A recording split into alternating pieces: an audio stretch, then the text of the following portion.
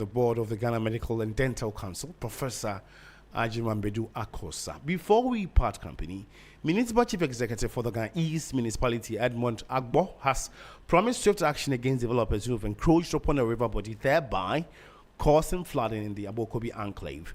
This is after Ghana Chiefs Association made an emergency appeal to the MCE to use his higher office to stop the alarming destruction and illegal encroachment of the Dakobi River by private developers. He spoke on Hot Edition. Okay, so they have to stop immediately for us to assume the feeling that they have done. And again, we all sometimes travel to the Western world. We see buildings in rivers, lakes, and all that. But one thing needs to be done before you can put a building on a waterway or even in the water reserve itself. So even if that land has been sold to you by a chief, we need to control what you do out there.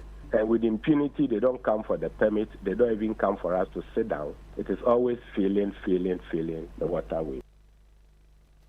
And that was the Municipal Chief Executive for the Ghana East Municipality, Edmund Agbo, and that's how it ends the morning news. Before we go look again at our top stories, restoration of GN Bank license could open the door for other collapsed banks to pursue legal action, banking consultant and O2A champion says. Former New Patriotic Party Chairman Paul Afoko officially declares bid to contest again for the party's national chairmanship position. And Ghana East Municipal Assembly MCE vows swift action after developers encroached on the Dakobi River at Abokobi. My name is Josh Quinn. For more news updates, just log on to our website, s3news.com. Have a good morning.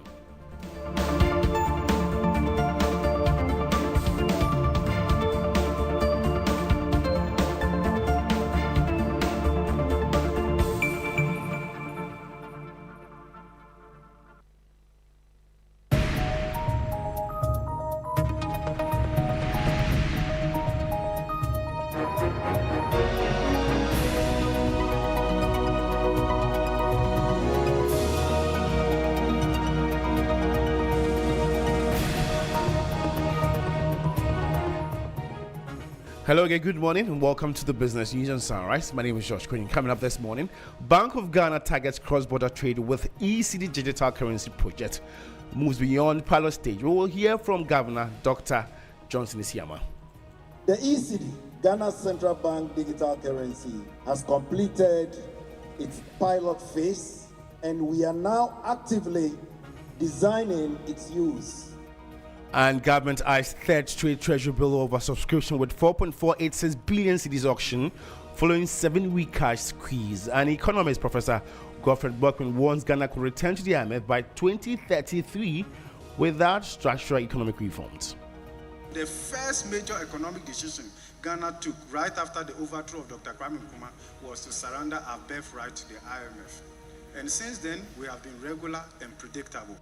We'll bring you details of our headlines and other stories shortly. Stay with us.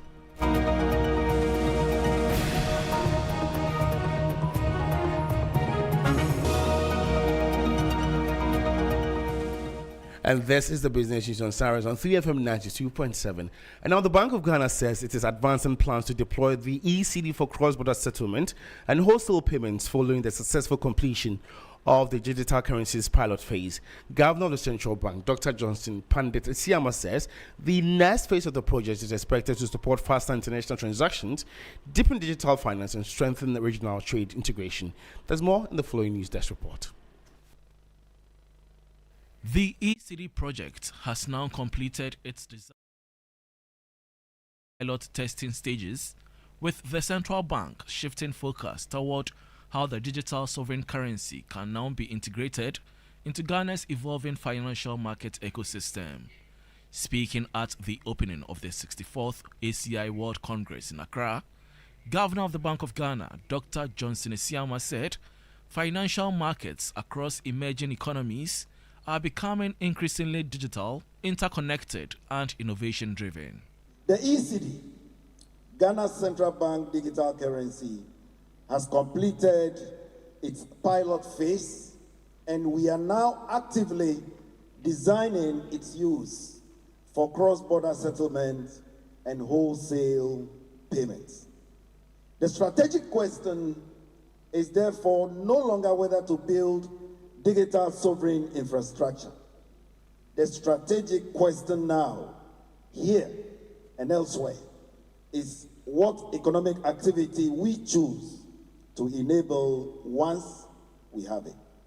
Meanwhile, President of ACI Ghana, Lawrence Osilaja Bwampong, says the Congress seeks to deepen international partnerships and attract investor interest into Ghana and the wider African market. Africa's financial market story continues to evolve rapidly, driven by innovation, reform, resilience, and ambition. Now, this Congress therefore provides more than just a platform for discussion. It provides an opportunity to connect, to collaborate, to challenge ideas, to build partnerships, and ultimately to shape the future together. The two-day ACI World Congress, being held under the theme Elevating Markets, Empowering People, brought together financial market professionals, policymakers, and industry leaders from more than 60 countries, with Ghana hosting the event for the first time in 17 years and only the second time on the African continent. And now government is set to return to the domestic money market today with an ambitious target to borrow 4.486 billion cedis through its weekly treasury bills auction. The upcoming issue will span the standard short-term spectrum, offering the 91-day, 182-day, and 364-day tenors to institutional and retail investors. The following three business news desk report has more. This week's auction carries significant weight for the Ministry of Finance and the Bank of Ghana.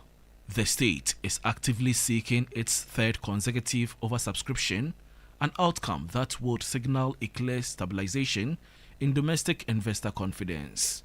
Government is looking to borrow 4.486 billion cedis. A successful outing on Friday would firmly cement a recovery for the Treasury, which recently emerged from a punishing 7-week streak of undersubscriptions.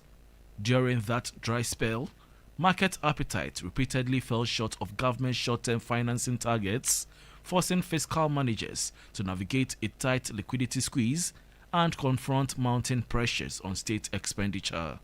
Three Business attributes the previous dry run to a combination of tight market liquidity and investors temporarily shifting their portfolios toward higher-yielding capital market alternatives.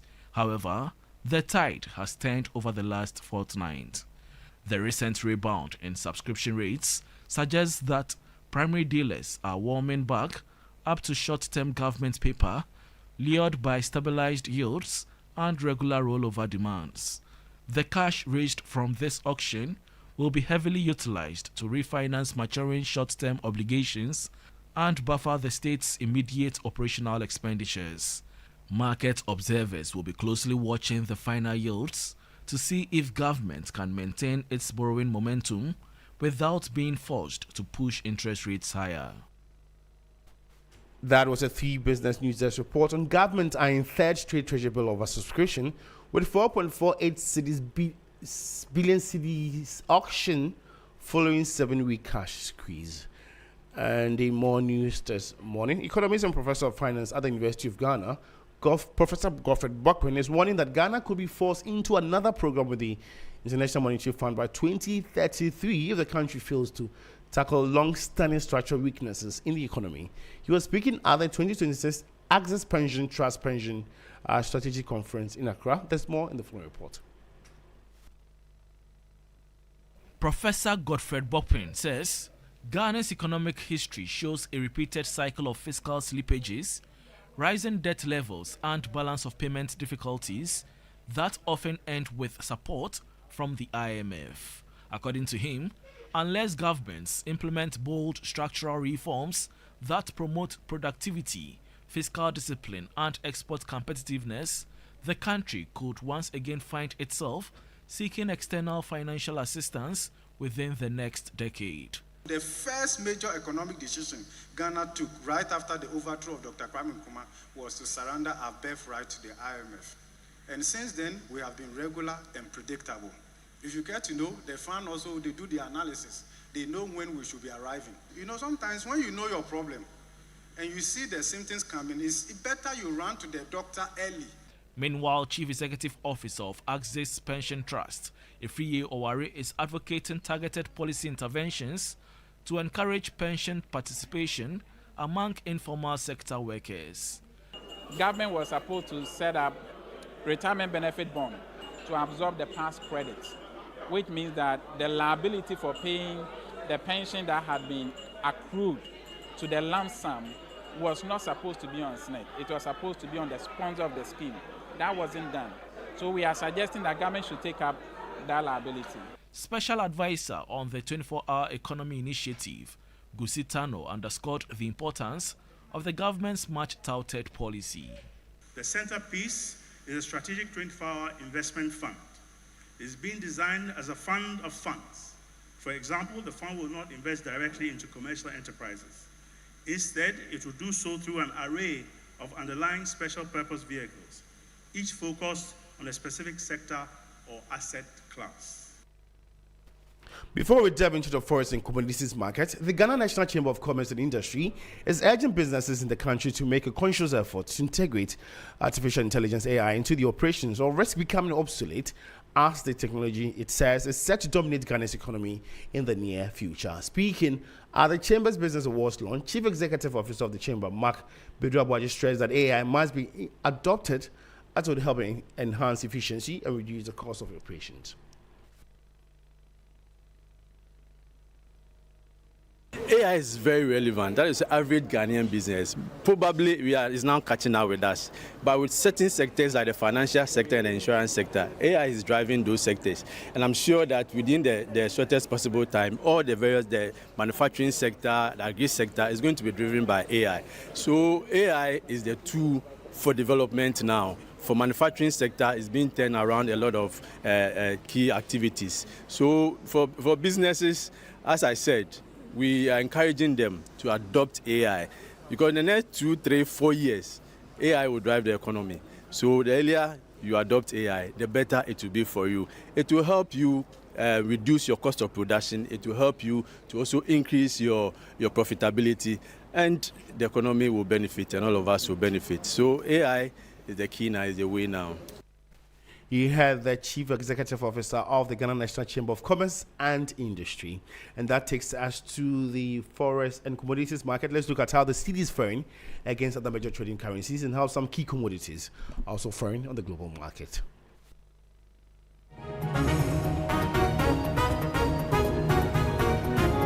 On the interbank foreign exchange market, the dollar is selling at 11 cedis, 56 pesos. It gained 4 pesos. The British pound is selling at 15 cedis, 54 pesos. That was an update from the forest and commodity markets, and that's how we end the business news. For more news updates, just log on to our website, it's 3news.com. Also join the business team at 7 on News 360. It's always a pleasure coming your way in a world where you can be anything. Just be kind. It costs nothing to be kind. Enjoy your morning.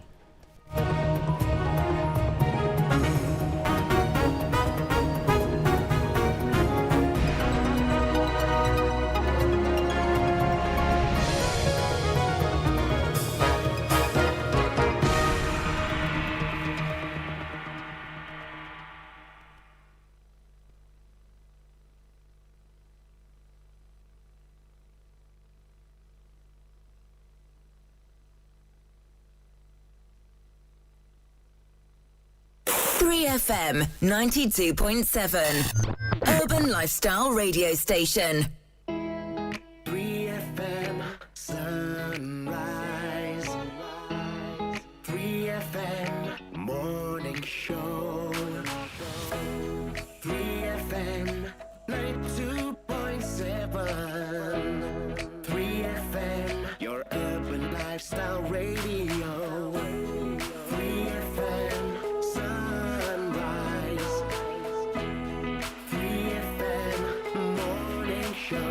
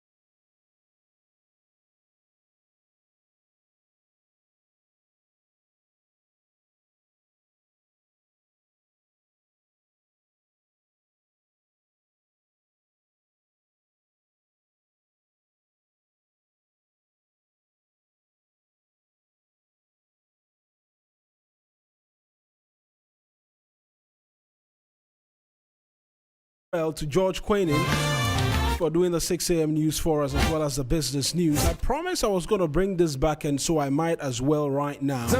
All around you.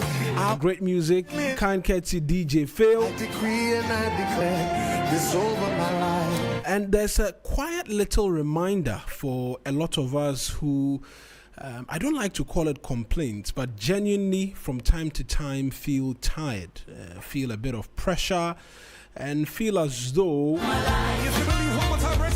things should be a lot better than it is right now. Because sometimes life becomes so busy, so demanding, and so overwhelming that it is easy to forget one important thing.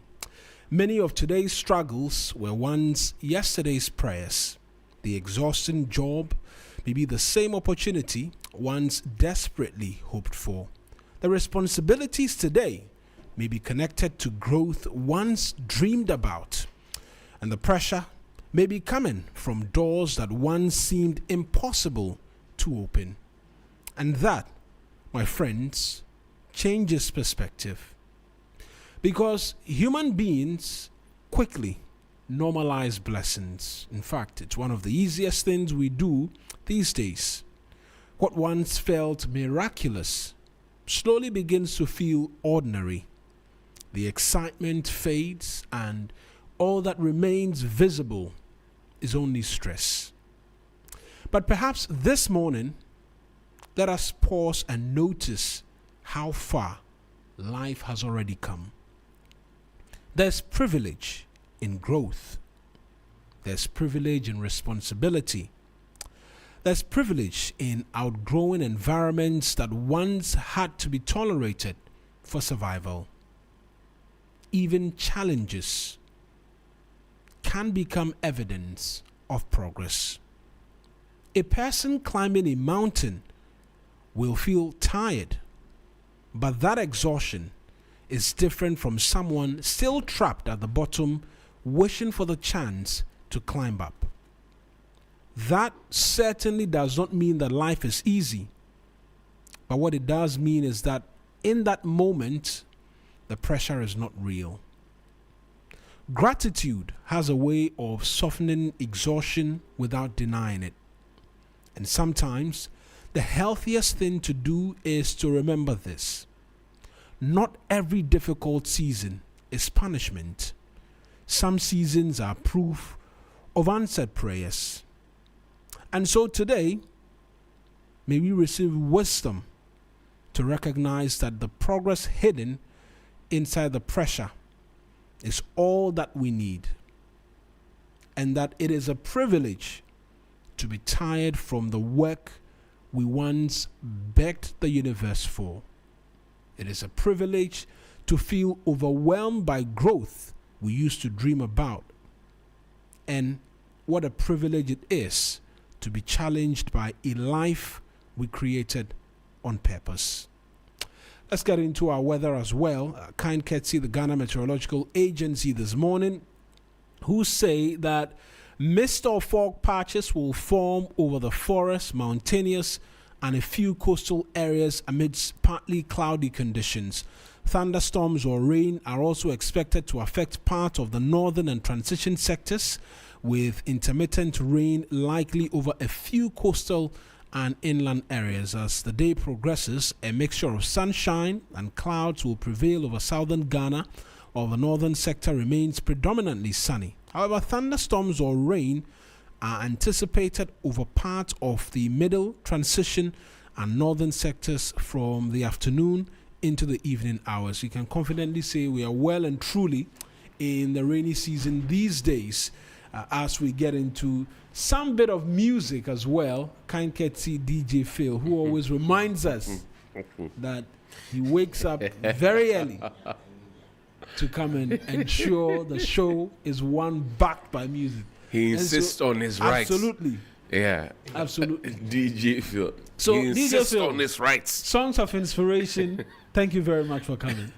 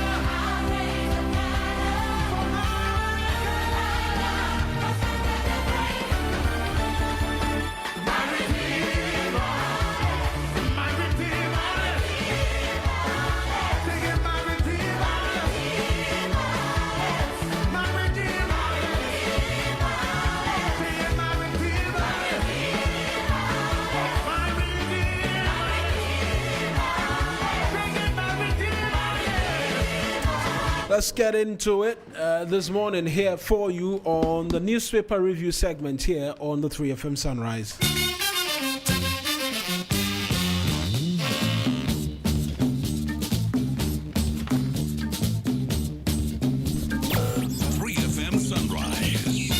A fair few of them this morning.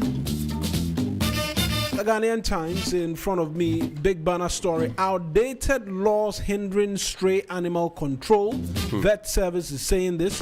And over the course of the week, there's been a lot of complaints, the way they've been strolling. In fact, yesterday, one of the, I think it's only train now, around Alajo. It went over one of one of the you cows. are talking about Alajo behind the president's house. They've been roaming there towards Dr. Baumier's Akanda Highway and all that. The Kanda post office. They've been roaming there. Why are you talking about Alajo? Let's talk about presidency. All the security is there. It's not nice. It's not nice. At all. It's not nice. At all. And it's got a lot of people talking, but the Vet Service says outdated laws is what is contributing to that. We'll get into the story and perhaps see if it provides a bit of an explanation. Only 1 in 4 severely malnourished children receive life-saving treatment. Also, essays xenophobic attacks, 800 Ghanaians seek repatriation. Restore license of GN savings and loans. The Court of Appeal has ordered the Bank of Ghana. Adentan gets second spillway to avert flood disaster. And government rolls out free primary health care in Medina. That's on the Ghanaian Times When newspaper. did we make the call to Frank of GN Bank? Was it on Monday or Tuesday? I think it should be Monday. We didn't know that this was going to happen. Absolutely. Charlie, it looks like we are prophets in disguise. Because, I recall in the newsroom we were together, you placed that call. We made that call. And almost preemptive of the fact that we want to speak to them in relation to the subject. No. We have to go and be ordained. We have to go and be ordained because we saw it. We saw it coming. Absolutely. We preempted it, and here we are. Yeah, but it's good news for them. The new finder also has it on the front page. GN Bank is back. Court orders. The BOG itself is here. The governor says BOG will not fix CD rates. Hey, what does this mean? Does it mean he's about to? Okay. Let's leave. We beg them more. GSE rewards investors over 71% returns in financial stocks. Film Development Fund launched to boost Ghana's movie industry, and lending rate falls to 17.33%. The Daily Gist is the last one I have. Prepare for power in 2028. Baumia charges minority. Apenyo Markin takes on Ibrahim Mahama over Damine Mine deal. I wonder what that is about. Don't make reckless comment again against arrested MP. Ayariga is saying this. High Court grant 100,000 cedis bail to Abronye as NPP reports judge to CJ. Eastern Regional Minister exposed for stealing Ekufuado projects for Mahama. Prophet Bedu Kobi marriage collapsing is a question being asked, and Ghana is hard. Asedun Ketia confesses. That's the Daily Gist for you. The Daily Graphic this morning says Forestry Commission sets up camps to protect forest reserves. Don't ban second-hand clothing. Address the waste landfills. 2 landmarks co-founder. Also break elite state capture to bolster development. That's according to Professor Mawuena Egbeta. Yevu is supposed to be a white man. Yeah, Yevuga, big white man. Big white man. Okay. GN savings and loans license restored. Court of Appeal ruling. I'm happy for Dr. Papakwesi Indom. Yeah. The GFA Dope Nation Collaborate Rally support for Black Stars, and we have a few days more too. 20 days to kick off. That's what we have there. Also, Ronaldo set for record set World Cup campaign. And the Custodian newspaper this morning says MPP to petition CJ over judges' misconduct in a Bronye case. Okay. It comes with a photo of Justin Kudia Frimpong, the Member of Parliament, the General Secretary of the NPP. Stop NDC from grabbing MPP projects. Bawumia urges minority. Oh, Chairman. They didn't give you this. No. Afenyo marking fires NDC government over suffering farmers, doom saw political persecution and failed governance. Osahin Afenyo marking, he's there and he's making that bold call. Gamanche praises Gold Board for protecting Ghana's gold sector. Is in a handshake with Sami Jemfi, who is the chief servant at Gold Board. Banks may reject some forex deposits soon. That's Gideon Boaku, his warning. You know, Gideon Boaku was very instrumental in Dr. Bawumia's office back in the day. I see the photo of Robert Coleman with Sami Jemfi at the Gamanche. At the Gamanche Palace. It's not Gamanche, it's Gamanche Palace. Yes, Gamanche. And then the News Center newspaper. Did you read the Daily Guide newspaper? No, I don't have the Daily Guide. Okay, I have it. It's Ghana's favorite newspaper, according to 622. Margins celebrate NIA at 20. Also, reclaim Galamsey lands for youth projects, according to Gamanche. And Sami Jemfi there. There are two different photos. This one is kneeling down. In reverence to the Gamanche. ECD ready for rollout. Hey, what's ECD? So ECD is a digital currency that the Bank of Ghana is seeking to roll out. We have not seen top with how the Momo fraud and things. So it's a legitimate concern. Legitimate concern. Because recently, DJ Phil, somebody came to him with Momo fraud. He blocked. He nearly fell. He blocked the person actually. And now we are going to talk about ECD. Agenda 111 site turned into we smokers hideout, snake den. Hey. The Asembe 24-hour economy. Daily Guide, Ghana's favorite newspaper. Minority demands probe into Dumsop. Restore GN savings and loans license. Assets, Bank of Ghana has ordered. Abronya freed on 100,000 Ghana cedis bail. And police chase Arabic teacher for defiling to... Arabic teacher. He's supposed to be teaching morality. Yeah. He's defiled 2 boys. Engaged. It reminds me of the 19 boys that were defiled by... Kopi. Yes. Natoma Otabel. He was supposed to be the worship teacher. Everywhere he went, he was doing good, he was doing bad. TikToker arrested over Muhammad death threats. And the back pages, it comes with John Mahama wearing a military. Yeah, that's Ghana CEO Summit.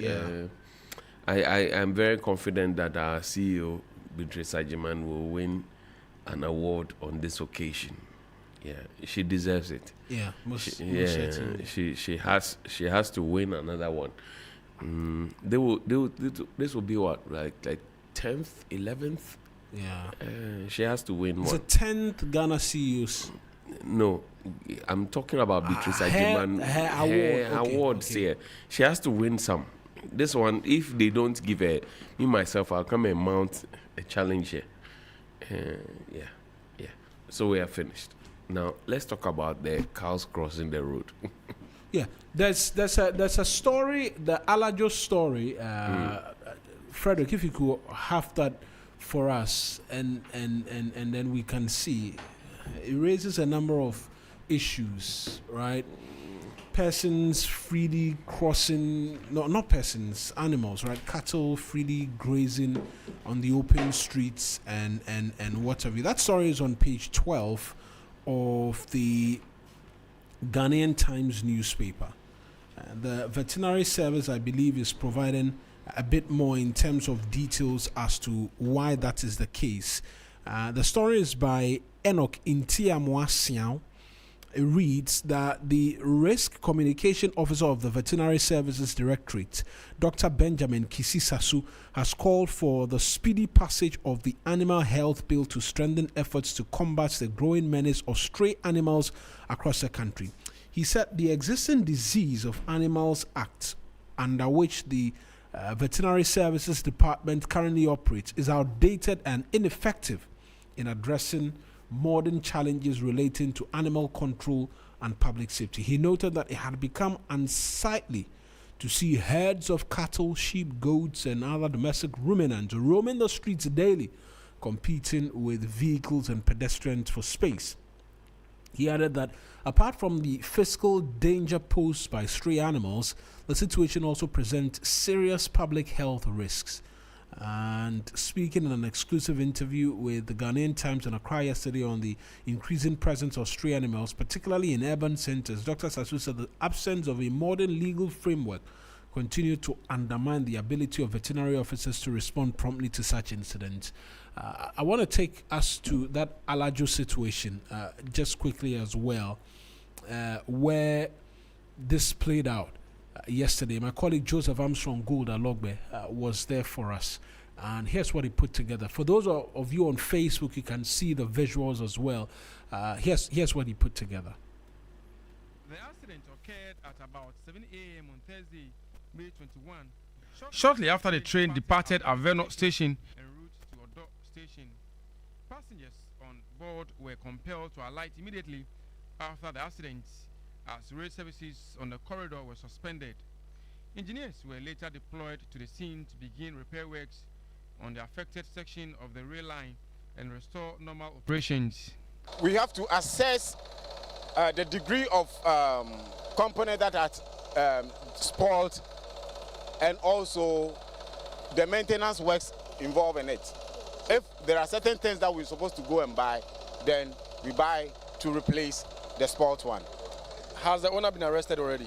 Apparently, we've not found the owner yet because the car was tied on the track, and when such a thing happened, they all despair.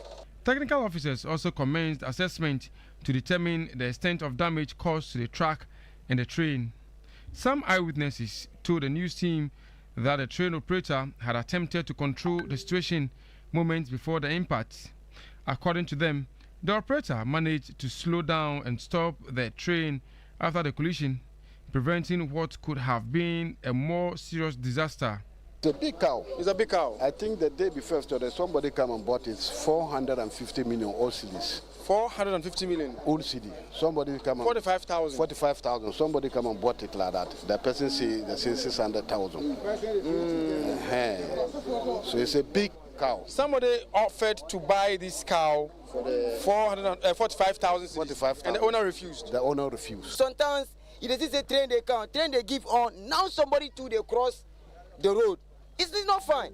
Others took advantage to rush for the meat. I'm waiting for the meat. The head is there for under. Yeah, because of the head we are there here. The accident brings to the fore the disregard for safety and the non-enforcement of laws in the country. Several sections of railway lines have been invaded by encroachers, with authorities doing nothing to address the situation.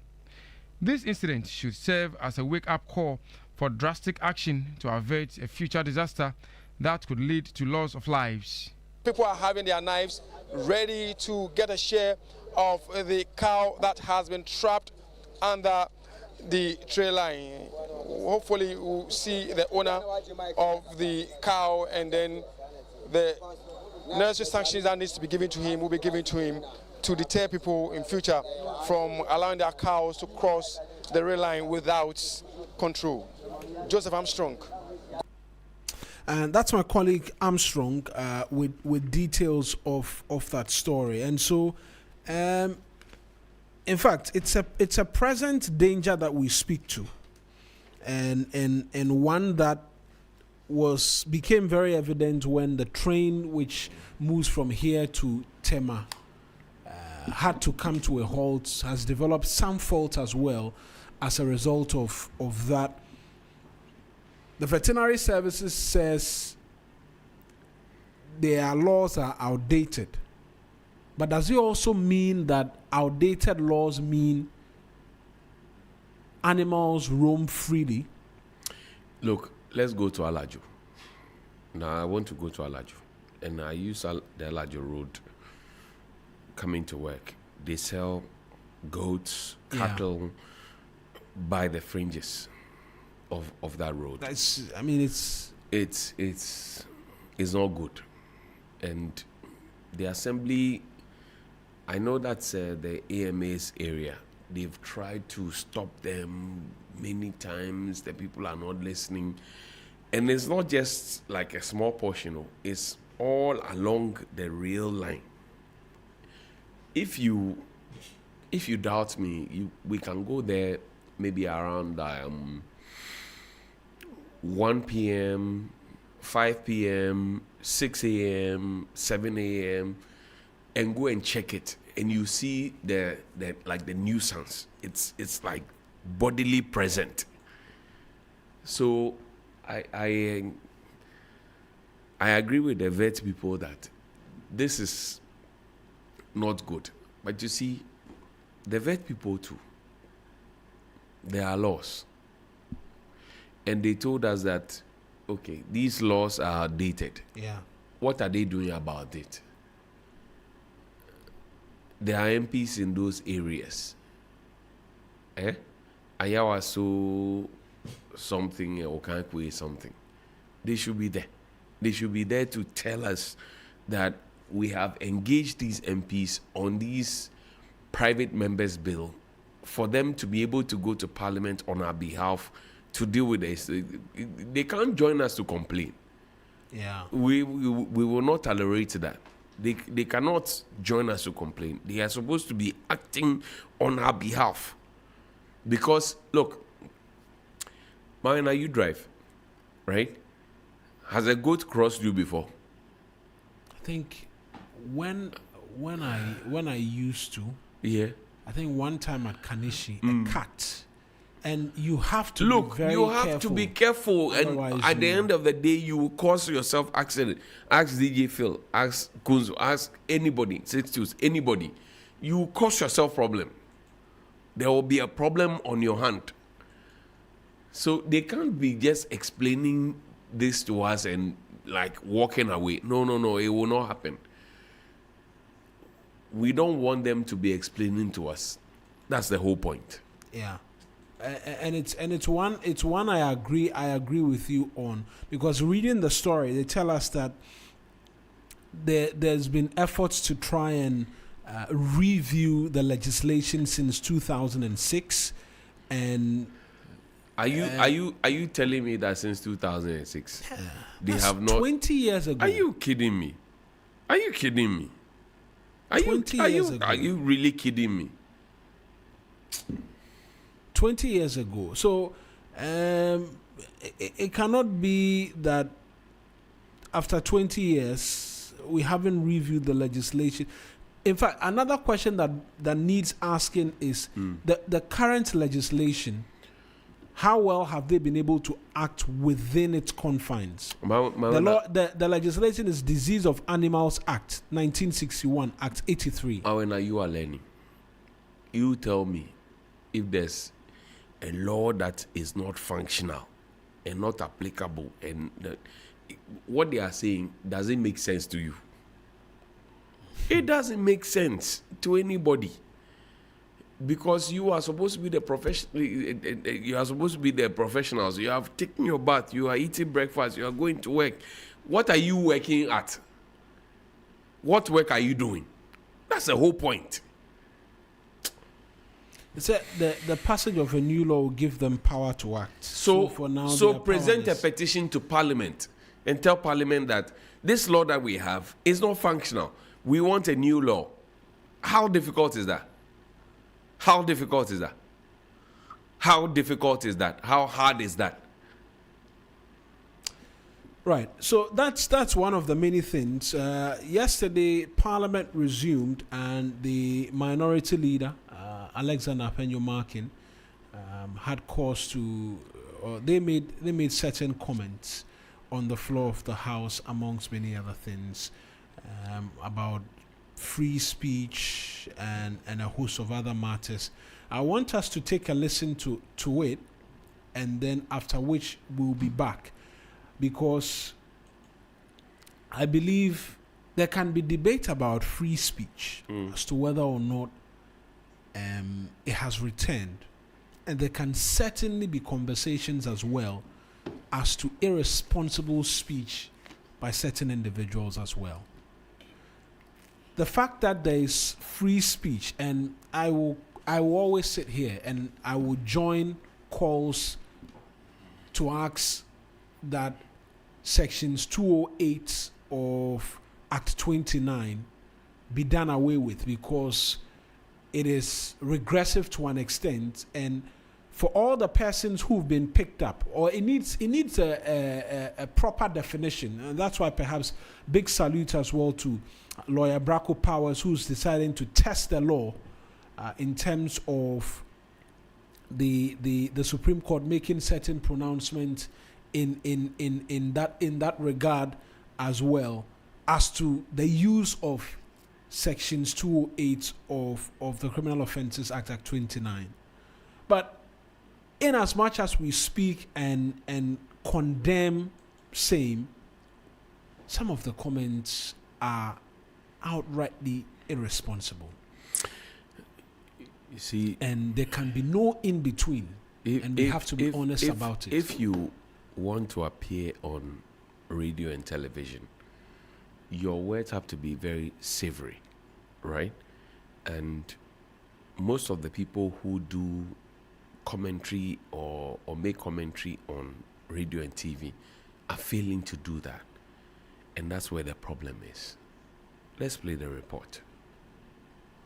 I'm going to get that for us. The minority leader speaking during the opening of Parliament yesterday, and as well the majority responding to it as well. I mean, like I was saying, there is free speech, and then there is also that which is not responsible. And for me, we have to toe that line and toe it carefully, because some of the things which are said, particularly as part of media commentary, which is championed by a host of other individuals, is flatly commentary which should not be allowed to stand. But more often than not, we're seeing it, and people are being hailed for it. Yesterday, we got wind of the fact that the police had picked up a young lady in the Ashanti region who was on social media asking that the president be killed, amongst many other things. I respectfully submit that those cannot be a part of the commentary that should be allowed. And so, as we advocate for a reform, a review of sections 208 of Act 29, it is also imperative that some of the commentary which is not I don't want to say parliamentary, because it's not comment made in Parliament, be checked. Yes, Patricia Appiaje, who is a deputy minority leader, who spoke on behalf of the minority during the opening of Parliament yesterday. Mr. Speaker, days before we reconvene, our colleague, the Honourable Member for Asante Achim North, was detained at Schiphol Airport in Amsterdam in connection with allegations of financial crimes involving International Investigative Corporation. Parliament confirmed the incident on May 12 through a statement from the Clerk of Parliament. We understand that the government, parliament, and our mission in The Hague are engaged in securing legal representation and consular support. We acknowledge those steps, but they are not sufficient. This arrest has inflicted deeply damaging blow to Ghana's international reputation. Our country's name has been dragged through European headlines in a manner that reflects poorly on this parliament and this nation. The government must respond to this as what it is, a crisis with serious reputational consequences for Ghana.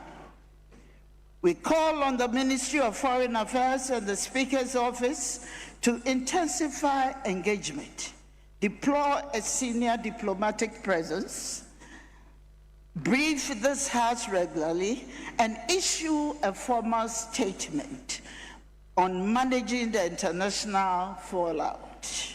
Silence and routine will not suffice. On innocence, until proven guilty, the minority is unequivocal. No court has made any findings against our colleague. We would not try him in the court of public opinion. And we call on all political actors and media to show the same restraint.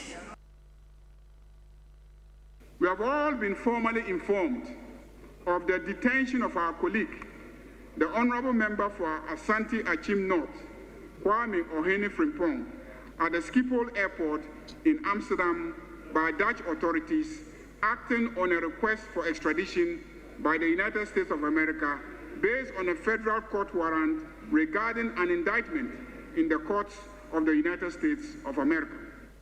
I urge Ghanaians to be circumspect in their comments regarding this matter, as all accused persons are innocent until proven guilty. We must not do anything to compromise the legitimate defenses available to our colleague. Honorable members, as you've been told, it's regrettable that one of the members of this House is alleged to be on the wrong side of the law. You've already been given the details. What I can add is that Parliament is working with government to ensure justice is done in this matter. I will in due course keep the House updated with developments in the matter. Meanwhile, permit me on your behalf to convey the empathy of the House to members of his family and his constituents for this unfortunate development, and to call on them to exercise restraint, for we are with them and we are doing everything to make sure that he is accorded all the due respect, dignity, and the opportunities available to all of us in international law. So please keep your cool and leave those who are involved. I'm happy that voluminous information has been given you as to the steps that have been taken by the Minister of Foreign Affairs, together with our mission in Holland. So that's the speaker as well, speaking, addressing the concerns of Ohene Kwame Frimpong and his detention currently in Parliament. I want to hear a bit more from the Deputy Minority Leader from Parliament and some of the comments she as well had to make in relation to development on the floor of the House. And then a number of you have been sharing concerns as to mattresses, right, and the quality of mattresses and what have you. But let me just bring in a bit more from Patricia PG, particularly as the House reconvened yesterday, as to the concerns they have. A party organizer was seized by masked, heavily armed CID and BNI officers for posting a Facebook image of the president with the caption, "Dumso is back." That is what it took to bring the full apparatus of state security to a citizen's door. A lawyer following the case put it plainly, and I quote, "What makes the statement false? Anybody who says Dumso is not back is living in a cuckoo land." Our flag bearer described these events on May 13th as an endless assault on the fundamental rights of MPP officers and supporters that is setting Ghana's democracy backwards. He is right. Any government that deploys security forces against citizens for political opinion has lost its democratic bearing. Today, it is the MPP. Tomorrow, it could be anyone who dares to disagree. I call on the Inspector General of Police and the Director General of CID to immediately review all such cases and release every detainee held without solid legal justification. And I call on Honorable Attorney General and Minister for Justice to fulfill his constitutional role and direct the security services accordingly. They serve the people of Ghana. They do not serve the ruling party. Mr. Speaker, those arrests were designed to suppress the very crisis they exposed. Dumso is back. It is back under a government that campaigned loudly on ending it. Communities across this country are once again enduring prolonged, unpredictable power cuts. Businesses are hemorrhaging money. Hospitals are under strain. Children are studying by candlelight in a country that generates its own electricity. The economic cost is estimated at $320 million per year in lost output alone. The Akosombo Power Control Center fire and the Greco's CEO suspension raised by the caucus in April were documented warning signs that were not addressed with the urgency they deserved. The result is that Ghanaians are again sitting in darkness. And this government answers was to arrest the people who said so. The result is that Ghanaians are again sitting in darkness. The Minister for Energy must appear before this House with a credible, costed, time-bound plan to end load sharing. Not a press release, a plan that this House can hold the government to. Right.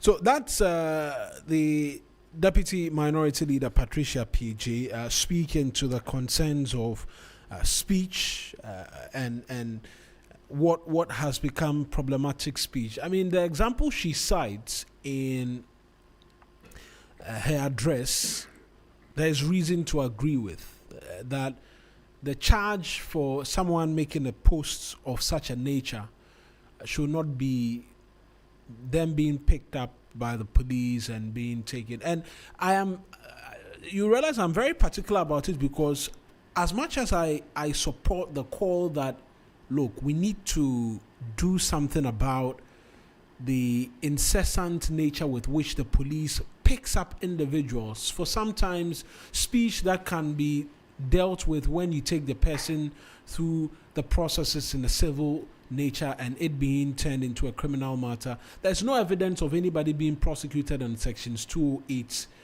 207, and particularly when they make certain comments, it goes anywhere. But rather, if you decide that, oh, they've defamed you and you're seeking to take them on for such commentary, yes, there's recourse in the law, and that could go on and on and on, and eventually you win.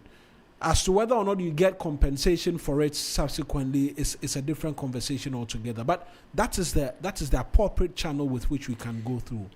I honestly think that individuals should be responsible for what they say what they mean, but they don't have to say it mean. And that has been the big conversation here on Sunrise on 3FM 92.7. I don't know why people make some of those comments, leave them there hanging in the air and not being responsible. It hurts. It really, really hurts. And I think that people should be guided in what they say, Mawuena. And as we say that, I think I'll pick it from lastly where you put it as well, that let us be guided. Let's be guided in the speech. That's all. I saw a video of some persons saying they were going to burn a political party office if someone was arrested. I beg us, that cannot be responsible speech. Someone goes and says they wish or they are urging people to kill somebody. I'm sorry, but that is not responsible speech. It's not at all. You understand? At all.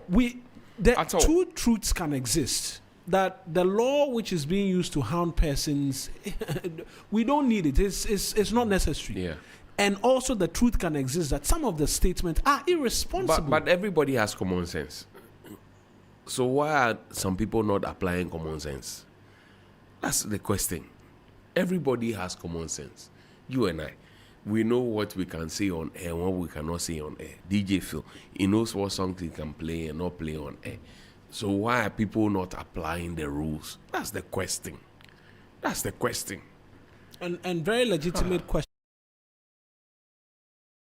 of you talking is a subject matter of substandard products on the Ghanaian market. And we know that the Ghana Standards Authority has been going around and clamping down on a fake mattress manufacturing company, amongst other things.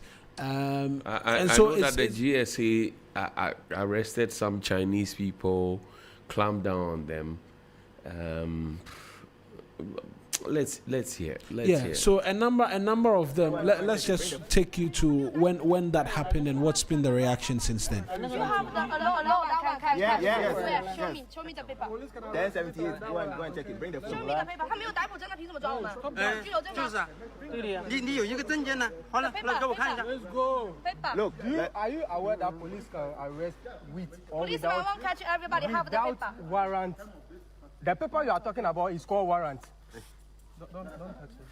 Let the lady come and then. 他们把我们抓起来。为什么要抓我们？为什么要抓？为什么？我们犯了什么法？你们问他犯了什么法？我们犯了什么法 We against which law? Bring the phone. Yes, don't worry, don't explain it. You want this or you want to bring the phone? 为什么要收我们手机干嘛呢？ Or did you bring the phone? Yes, so bring the phone. Yes. Come. So what we are going to do? Hello. Hey, go. Hey, no, go. I'll go here. Hello.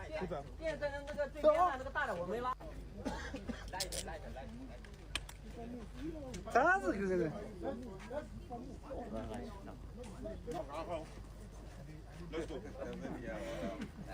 他说带去警察局，带还是不去还是不去嘛？根本能不去，都铐起来。铐起来，我直接已经把他们两个铐起来了。铐都铐起来了，跟我们两个去能去了。都去的，不可能不去。我还财务。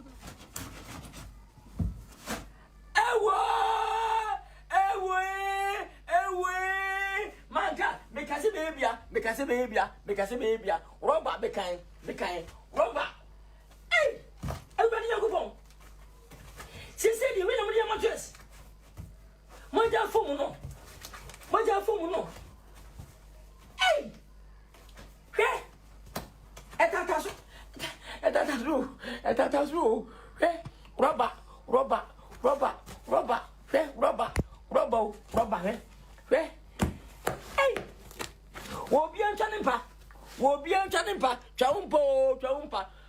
Sunrise on 3FM, the best in the morning.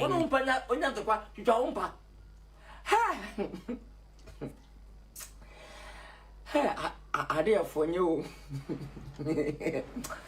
Idea for you.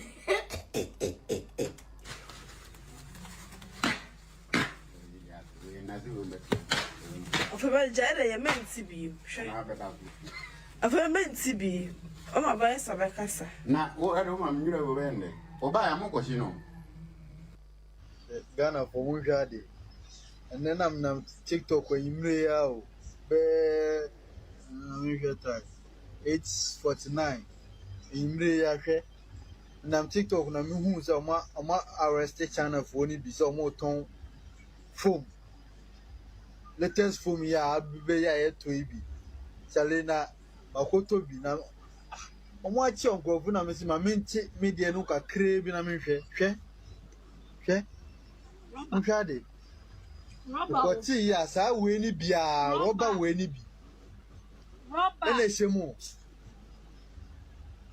Munshade, he out, Westers Mall, China Mall. What I'm called to mattress with. Share, Munshade, a ship. And your mattress, rubber. Sa rubber, ya. Oh, my, you be the association TV winning your money, my honeybee. And I saw my ye been near that's what does you know when I'm in Aya, where I am here that mattress is okay. It is saying, yeah, cover you say near you free one as a woman. Sad when it's like more your day. You was a minimum cockrana. Depart. Tell it, seriously. Sunrise on 3FM, the best in the morning. Mattress.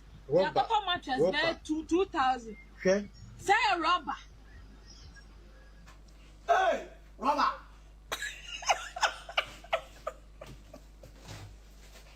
Hey! None of our Rama video! Hey! Fermi! Minia, Dr. Power Money! Madam Rama Slow! Hey! None of our Diana and the Yayaka. Sam, or do for penny to sell my China waiting at that dame. Emma, Miss Smith, the phone so. Try it.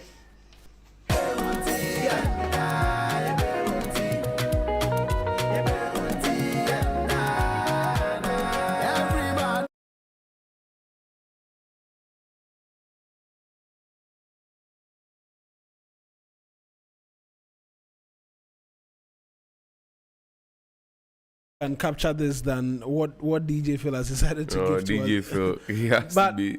We have to go and examine him again.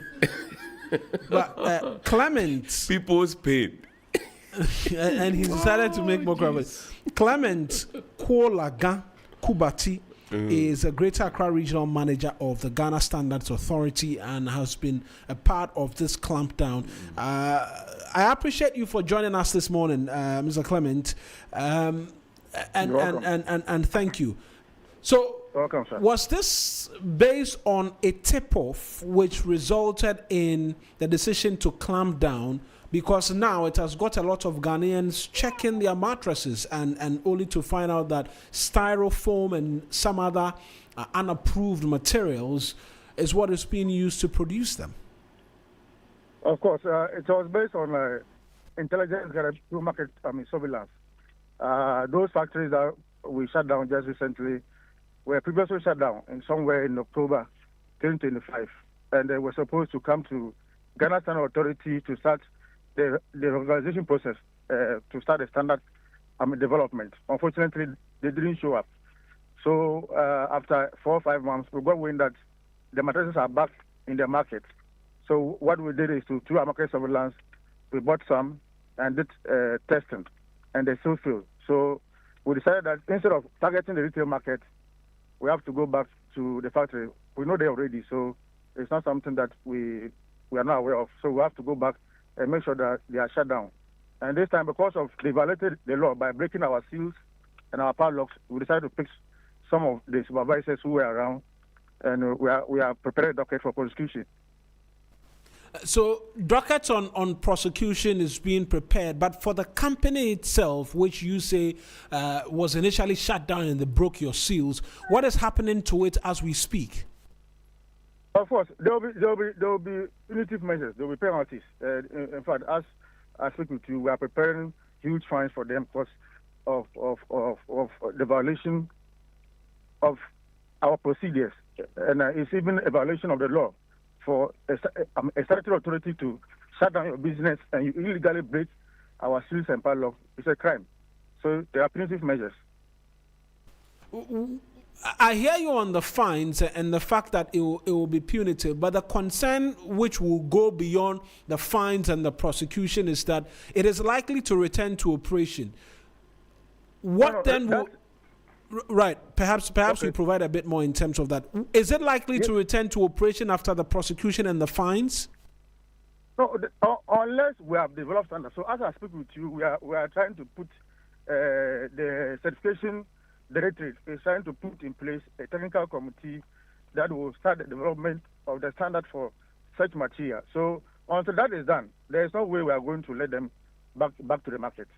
Wait, help me understand. You say you are going to prepare certification material. Is it that there is no certification or a required standard for... Yes, as far as GS is concerned, that material that they are using to produce that mattress is not a certified material. It's not supposed to be used for mattresses. Those materials, as far as we are concerned, they are used for packaging and the things that they use to protect TV screens. When you buy a new TV, you see there are some protective covers that they use so that if it falls down, it won't break. Those materials are not approved for the manufacture of mattresses. We have what we call polyurethane. That is what they are used. We know of that is used for manufacturing of mattress. But polyethylene and polystyrene is not an approved material. So when you say you are going to develop standards, help us understand, because the standards already exist that these materials are banned. They are not supposed to be used in the manufacturing of mattresses. Isn't that what should be enforced? Help me understand when you say you are going to develop standards, what exactly you mean. Oh, yes. Well, so when it comes to standard development, it revolves a lot. It involves people from the academia, it involves people from the business community, the GSA staff will also be there, technical people will be there, will invite civil society. So they will come out and develop a standard, and they will find a way of how that material can be put to use. Is it that they will have to add additional material, or is there anything that they will add to the material to make it usable for such a purpose? So for me, I cannot, on my own, because I'm not a technical person when it comes to standard development. I have an idea, but when it comes to standard development, it can take a minimum of 6 months to a year, or even sometimes 2 years. And when the standards are developed, they will be publicized, and people will make inputs. So it's not a one-day thing. Right. It takes time. Right. So in understanding what you're saying that yes, for now, according to Ghana Standards Authority, these materials being used currently are not approved, but there will be scientific investigations which will go into it to determine if other materials could be added to make it applicable or to have it meet a certain standard where it can be used to manufacture mattresses. That's what you're telling us. Yes, sir. Yes, sir. But for the ordinary Ghanaian, they'll be interested in why the Standards Authority says it's not approved now. Why is it not approved and should not be used in the manufacturing of mattresses? Yes. So we are Ghana Standard Authority is the manager of the Ghana National Quality Infrastructure. So before you manufacture anything commercialized, you have to get approval. You have to get certification. You have to have brought a sample of the product that you want to produce to Ghana Standard Authority to test, to see how, in terms of safety, in terms of health-wise, whether it is good for the consumer. So if you come on your own and you start producing anything illegal without passing through due course, without passing through Ghana Standard Authority, then you have to deal with the law. Yes, I understand that, but are there not health concerns as well which form the basis for which you say that particular material is not good enough to be used for mattresses. Yes. So the research shows that the material they're using, in terms of environmental wise, it's a non-biodegradable material. And in terms of health wise, it depends on the human skin. There are some people, when they sleep on it, they can get itches. And because of the material that is also used, when you sleep on it, the compression rate, that mattress, if you see the material, is so stiff, it's so thick, that when you sleep on it, you can get back itch because it doesn't adjust to your body.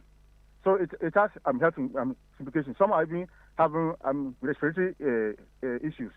So yes, it has. Which is why it will bring me to the question again as to why the conversation by the Standards Authority is trying to find means through which it can be approved going forward.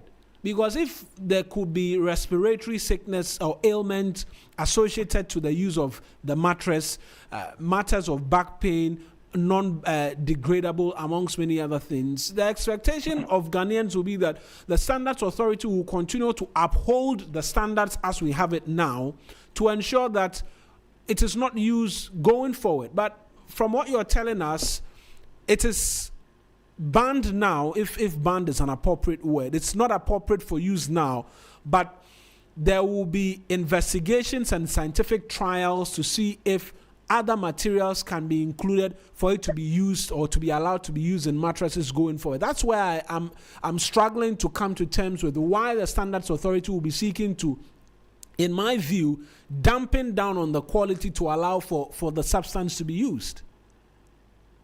Thank you for your question. That's a good one. But you and I know that even marijuana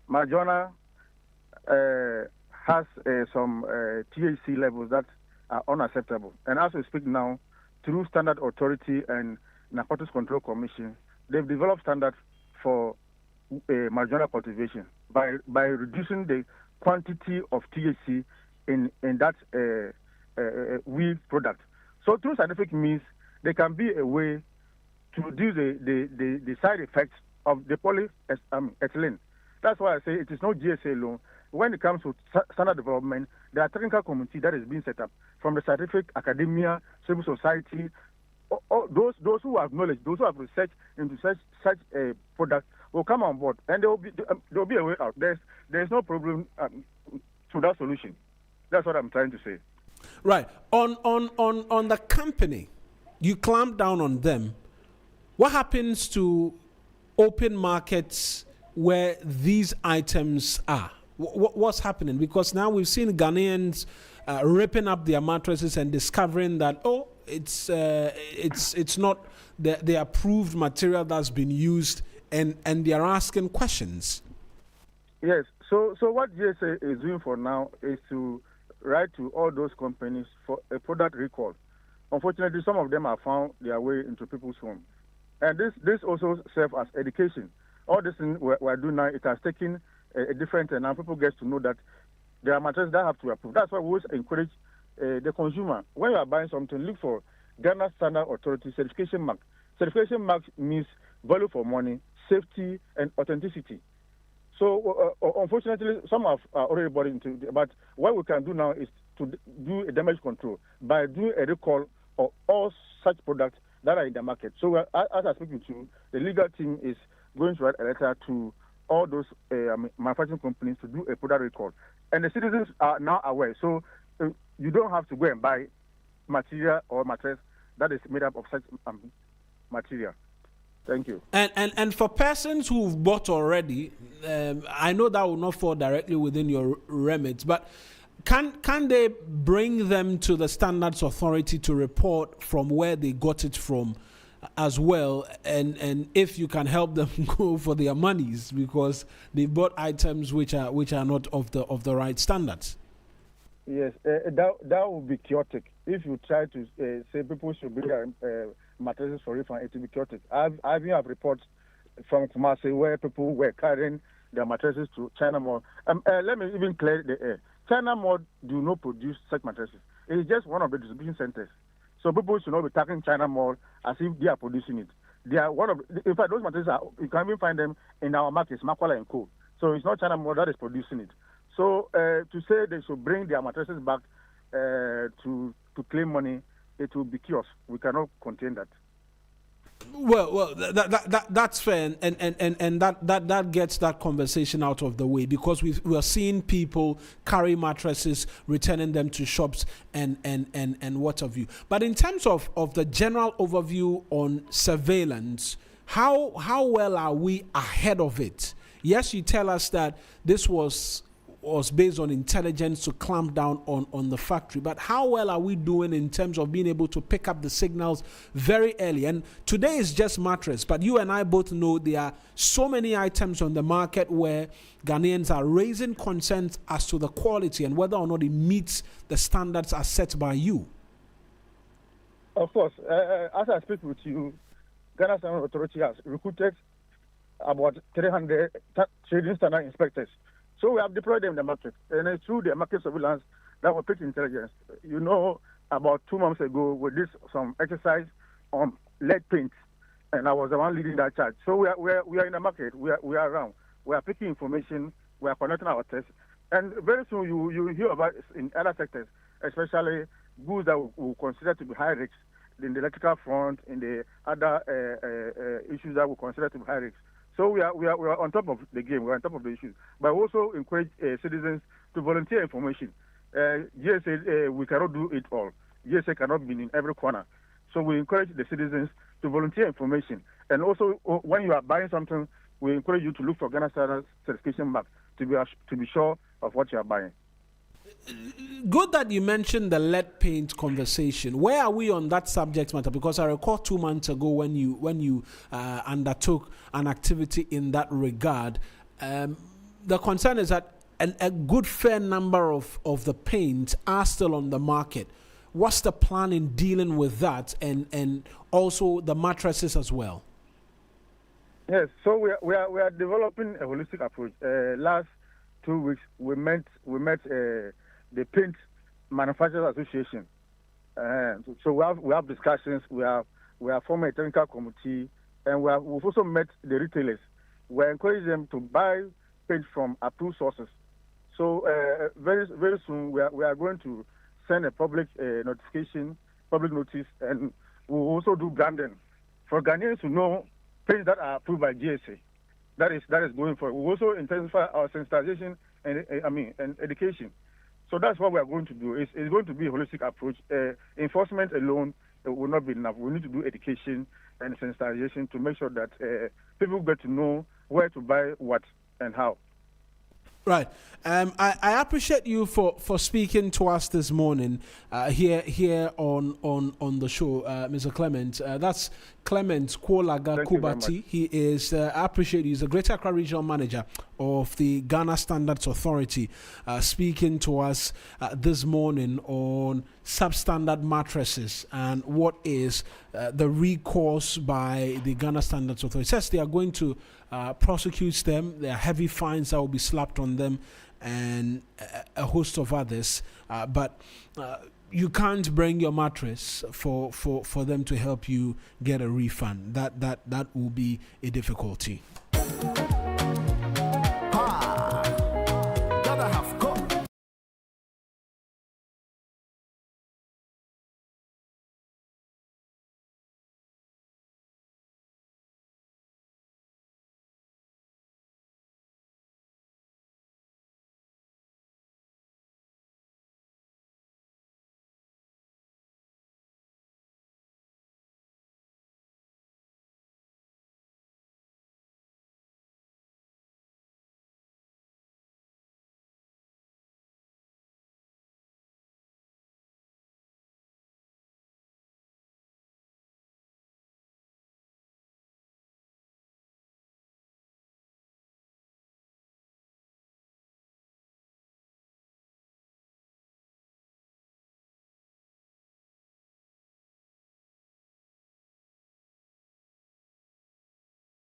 Sunrise, and so that's it by way of an update on another matter of public interest, right?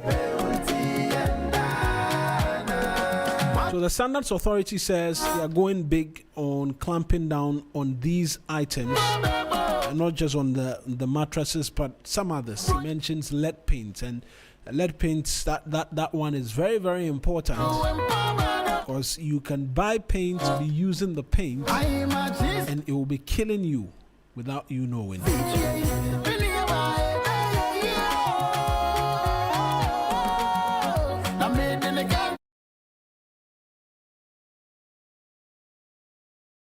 What it is that we're doing and seeking to do in protecting the Ghanaian consumer.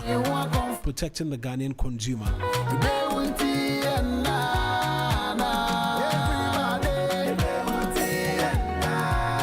But we can as well get into conversations in relation to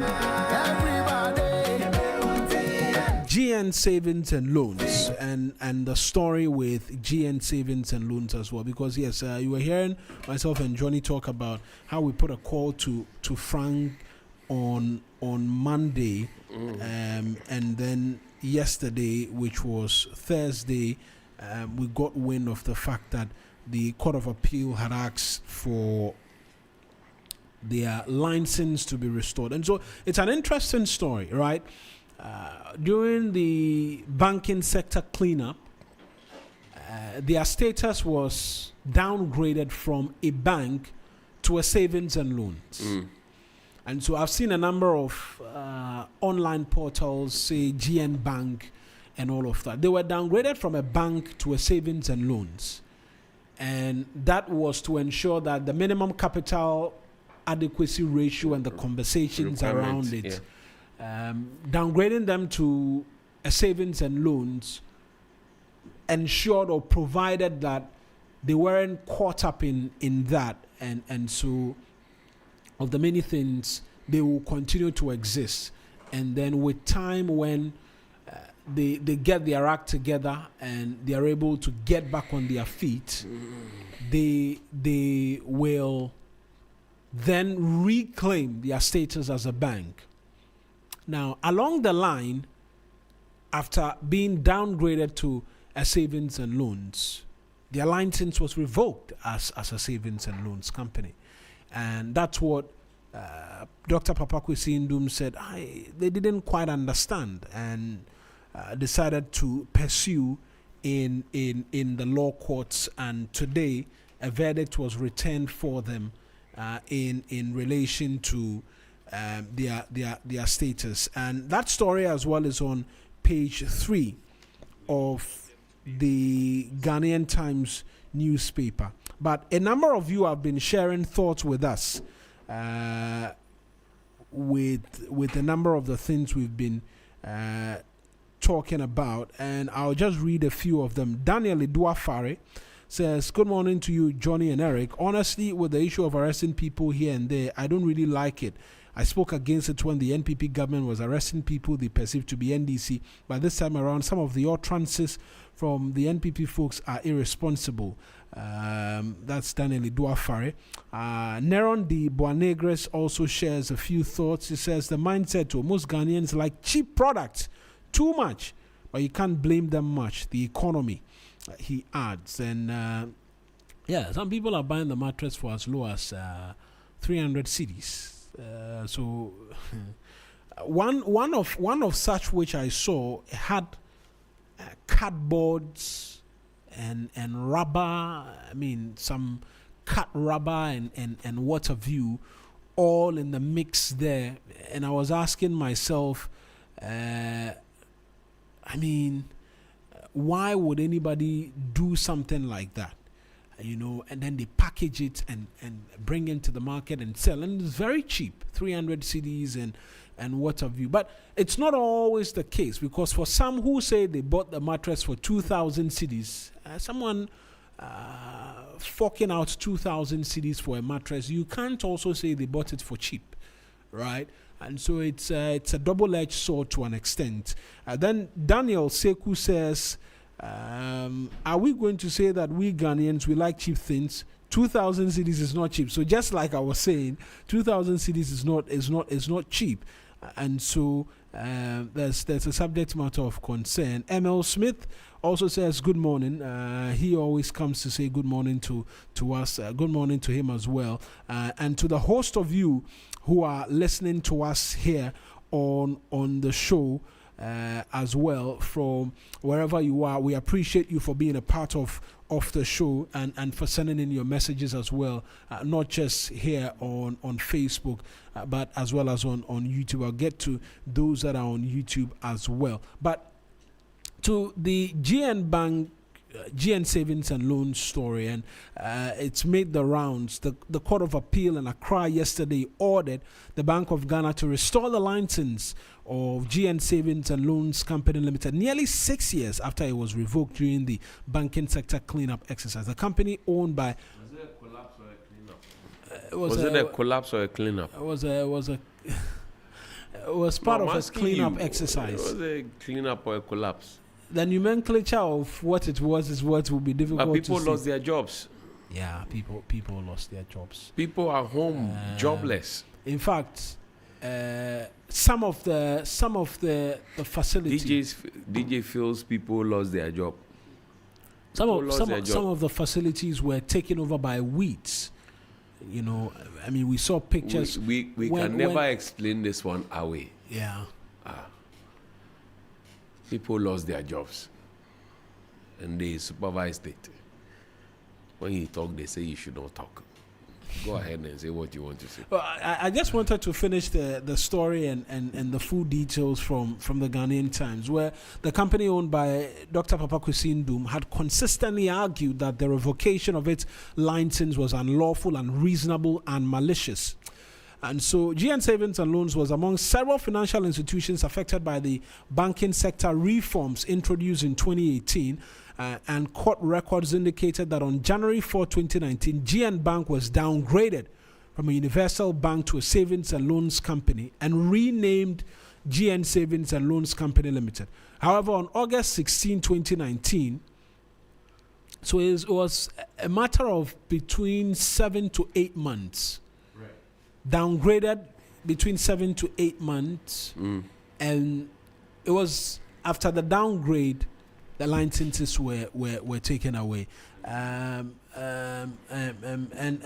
however, on August 16, the BOG, then under the leadership of Dr. Ernest Addison, revoked the company's license and appointed Eric Nananipa as receiver. The company subsequently challenged the decision at the High Court in Accra on August 30. And since then, it's been back and forth. On January 24, 2024, Justice Gifty Adweje upheld the BOG's decision, ruling that the governance deficiencies had rendered the company incapable of meeting its obligations. The court dismissed allegations of malice and illegality, holding that the applicants failed to establish the company's solvency at the time of the revocation. It further ruled that the central bank acted within its constitutional mandate and awarded 50,000 cedis cost against the applicants. Dissatisfied with the ruling, the company filed an appeal, and yesterday the Court of Appeal came to their rescue and ruled in their favor as well. Has suffered a great deal, and I have been going there to eat, to visit the place. He suffered a great deal, and not fair to him, because he provides jobs for many people. On that score, let me say that the Men's Fellowship of the Anglican Church, of which I am a proud member, the National Association of the Men's Fellowship, will be congregating at the St. Joseph, the Worker Anglican Church, and I will be there bodily present to lend support. And these are some of the things that they speak about. They don't shy away from it. If Sixtus were here, he would have told you that, this one is a no. So the Men's Fellowship Annual Conference is going to happen this Saturday. Worthy brother Oscar Gate will be installed as president of the National Association, and we invite everybody to join us. That's all. Where's Putala? He should be here. He should be here any moment. He should come and ask us the questions for us. No, I think today is birthday boy Billy Shen. It's Bill's birthday. Yeah, today is Billy Shen's birthday. Let's play music for him then. One goes out his way. Yeah. As he joins us. In fact, let's play music for Auntie B as well. Auntie B first, and then we'll do for. Say the song DJ Phil. Don't misbehave. Misbehave. Today is Billy Shen's birthday as well. A happy birthday to him. He'll join us in the chat. So the song you're playing, it must be for Auntie B, Astus Ayable, and Mr. Nyama. You're playing for the 3 people. So the song must cut through. Right? Okay. Fantastic. Master Phil. Oh no, relax. He likes to take his time before he does his things. So relax for him. I'm a very calm individual. I know you are very. I'm calm in my many ways. I am. You stop him from playing what he has to play. So this is a special dedication to Auntie B. Auntie B, and then Mr. Nyama. And then ask to Tahable. Fair enough. Yes.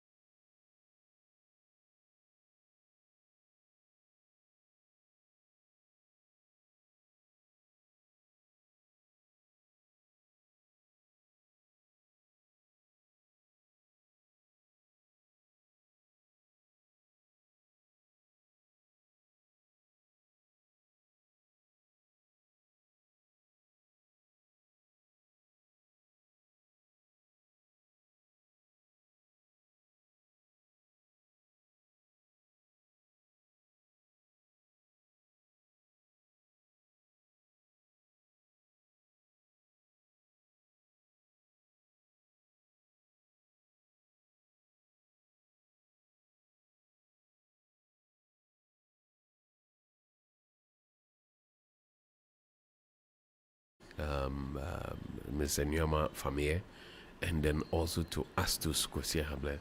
I forgot the lady of the moment, Lois Kisiedu. In fact, 2 ladies, and then also Akofa Bansen. Yeah, special shouts to them as well. Yes, and so, what is there going to be one for the birthday boy as well now? Or no, let's play one for no. When we come, we can't be talking about Arsenal. We disagree with that one. He cannot come and be talking about. Yeah. We don't. Yeah. But as for Auntie B, we know what she likes. Yeah. And this song was so appropriate for the season, for the reason. Right.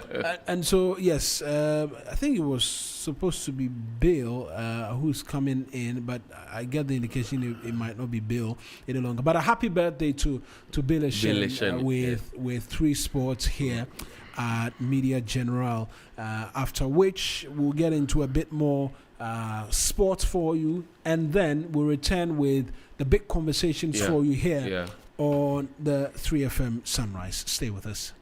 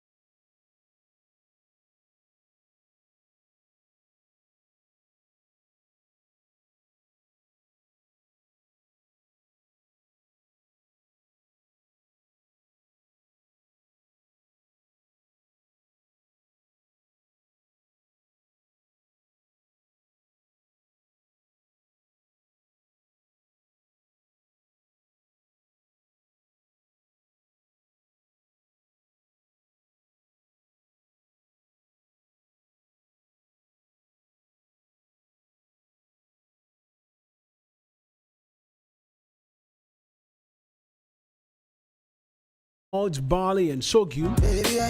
Well, it is, and the sorghum is grown right here in Ghana. Malta Guinness is not just a soft drink, but a quality refreshment boosted with B vitamins.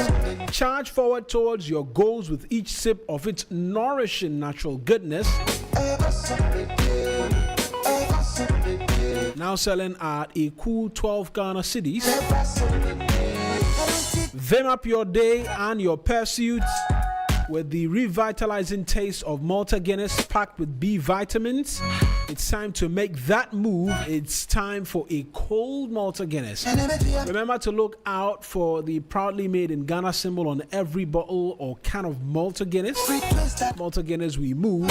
Now remember that choosing made in Ghana Malta Guinness over imported ones from Nigeria or other places means you're protecting local businesses, you're creating and saving jobs, you're supporting the Ghanaian industry, you're boosting economic growth, you're showing national pride, and you're able to contact production source if need be. Malta Guinness is made in Ghana by Ghanaians for Ghanaians. It's low in sugar, brewed for the Ghanaian taste buds, has a taste suitable for every Ghanaian, and it comes in a sleek can. Jeje, it can also come in the Jeje can.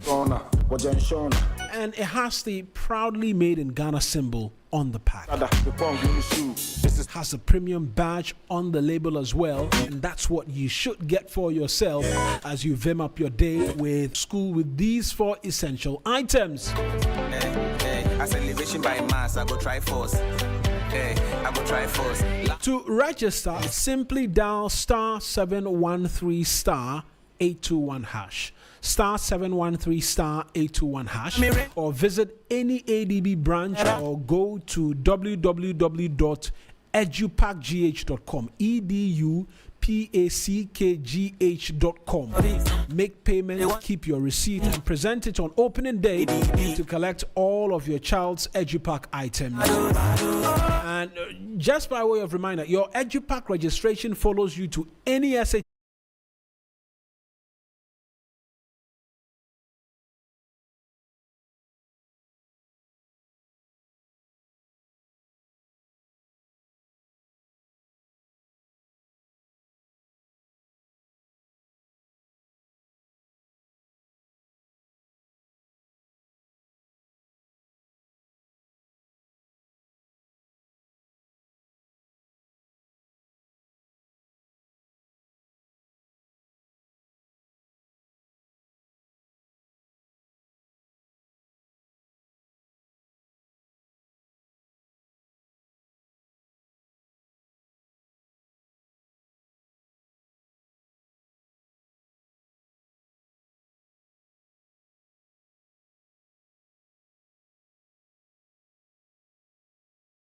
You display. That is why sometimes I'll be coming in small.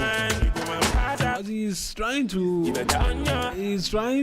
have us leave the show and we'll start jamming.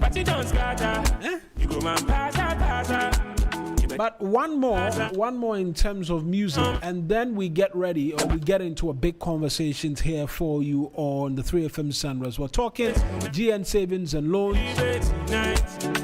conversations about free speech, and a host of other matters. Our guests will join us in studio, and then we can begin the Friday review for you.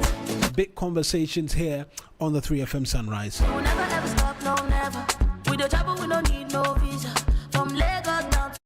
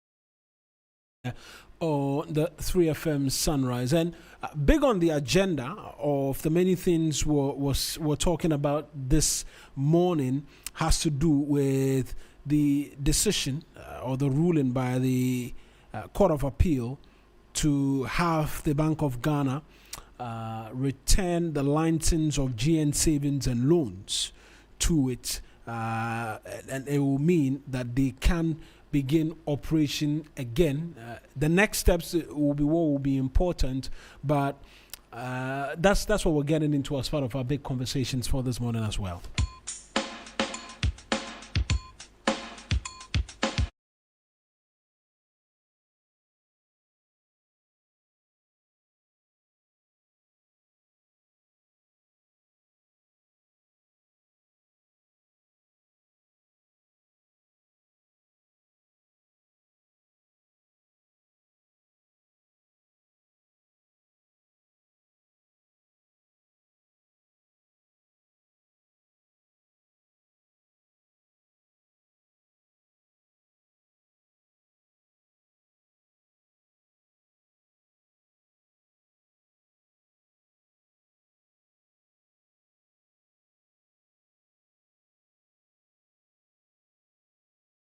Decision that the Bank of Ghana took to license was wrong. So we ordered the bank to reinstate the license. What will be your immediate reaction? First, let the council say something. Well, so the Court of Appeal said the decision that the Bank of Ghana took to the license was wrong. And so they ordered the bank to reinstate the license. The receiver is now in charge of the bank and all its assets. The receiver was also has ordered to hand over all the assets to the bank, to the bank. And the management also will return back to the bank immediately. And so we will take the need with the necessary steps to get the judgment to enforce. What will be the next steps after this? Well, the next steps is that we need to file the entry of that claim to the procedure so that we will the processes to get the judgment. Well, it's been a difficult, very, very difficult 7 years. We want to thank family. We want to thank all of our employees. We've had some very, very, very loyal, hardworking employees who have stood with us all these years. And definitely give thanks to the Almighty for keeping us healthy enough to be where we are. Because this has been a very, very tough, very difficult time that we have gone through. It's just unimaginable. There's a lot to say, but not today. At an appropriate time, we will hold a press conference to go through what we have experienced, the difficulties moving forward.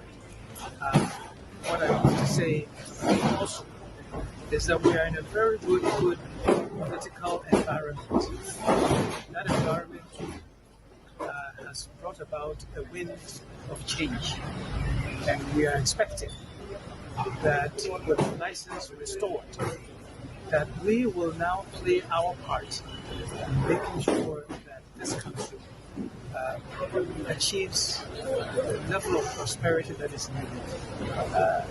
There are just too many difficulties. Some people have died. Some have lost their jobs. Assets have been destroyed. Many things will not get back. But what we promise is that we will restore this country. We will restore our business. And we will make certain that our second coming is even better than the first. Right, that's Dr. Papakwesi Indum speaking there. Before him, apologies as well for the quality of sound in relation to you listening to him. But it's important that he was heard, being that he is a founder of the bank and has been at the heart and center of it all in pushing for the license to be restored. But a bit more in terms of facts, they had in excess of 260 branches. Yeah, across the country. And you could go round the nook and cranny of this country and you will find them everywhere. Containers, whatever it is, they were available everywhere. So I'm still thinking, do you insist that it was a banking sector cleanup or a collapse of the banking sector? What exactly was it? Because it was a collapse, it was a merger, it was a cleanup. All of it fits, depending on... We said we're going to use X amount of money, 9 billion, to clean this up. We ended up spending over 20 billion to clean it up. And here we are. So a bit more in terms of that entire exercise. GN Bank had in excess of 260 branches. It was subsequently downgraded to a savings and loans, but still 260 branches nonetheless. You need to bring back that picture, Kunzo. This was a gentleman who came on Onya TV. No, the final picture. He's an engineer, but you remember him. He came to weep here when we had the town hall meeting. I recall. You remember him. He came to weep here. The dark man. Yeah. He had lost his business, everything, and his children were distraught. He lost everything, and we hosted him. That was the level of, and a lot of people. We talk about Capital Bank, we talk about Royal Bank, we talk about all those banks. People lost their jobs because of that. And we kept quiet as a country, and everything was okay. Let me help you appreciate a bit more in terms of the details. So 1,677 individuals were employed before the bank's licenses were revoked. Right. But in all, in terms of institutions who saw a revocation in that 2019 cleanup, it's 23. GN Bank alone was 1,677, but 23 in all. In terms of the universal banks which collapsed or were merged, there were 9. Savings and loans or microfinance licenses, 347. 300 plus. 347. I remember that figure detail very clearly. So clearly. Estimated cost 21 billion cedis plus. Was what we used for this exercise. And we said we're going to spend 9 billion. It ended up being more than twice the figure. Oh boy. Then the minimum capital requirement was shot up to 400 million for banks. It birthed the Consolidated Bank Ghana as well. And there will be no haircuts came into the free. And then also introduce a fiscal burden of approximately 5 to 6% to the Ghanaian economy. Hundreds of thousands of depositors were affected, and for a lot of people, you can point to the fact that it was one of the many things which lingered on up until our return to the International Monetary Fund and our journeyings there as well. And so those are the brief facts in relation to the story of GN Bank, which later became GN Savings and Loans, and subsequently as well saw its license revoked. Within that period, Dr. Papa Kuzindum also had this place burning up. He caught fire. He had to deal with those situations. No, he's gone through it. Yeah, it's been a difficult few. And this is a man who, held up a lot of people, held their hands, took them to the state of victory, and it is well. Yeah, a difficult few months. No, years actually. Years actually, not months. Years. You can argue it's months because years can be broken. Well, down but he went through it. But he went through it. He went through it. It's brought back the entire conversation as to the banking sector cleanup again, and whether or not right was done by. Seydou Agongo went through the same thing with Heritage Bank, Royal Bank. The boss died. They went through it. I knew people who worked in those banks who lost their jobs and have still not found jobs. Really. I know people who worked through those periods and have still not found jobs. But Charlie, It is what it is, man. And difficult for all of them, but like I was saying, it's bringing back to the fore all of the conversations in relation to that banking sector cleanup and whether or not Ghanaians were better off for it, better off for it than they should have been. If you ask me, my honest opinion about those collapsed banks, we spend money to do other things. We could have saved those banks and saved the jobs. We decided that we're going to spend 9 billion. We ended up collapsing the banks and we spent more than what we should have spent. And that for me is wrong on all fronts. Absolutely. Wrong on all fronts. And the Court of Appeal has told us that we got it wrong. We got it wrong. We should be bowing down our head in shame. We got it wrong. Right. Let's get into the big conversations now for you here on the 3FM Sunrise. Our guests are in studio with us for conversations that matter to both you and I.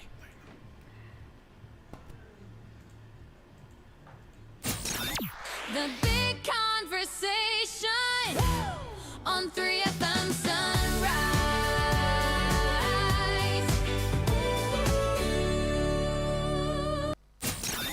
The big conversation on 3FM Sunrise.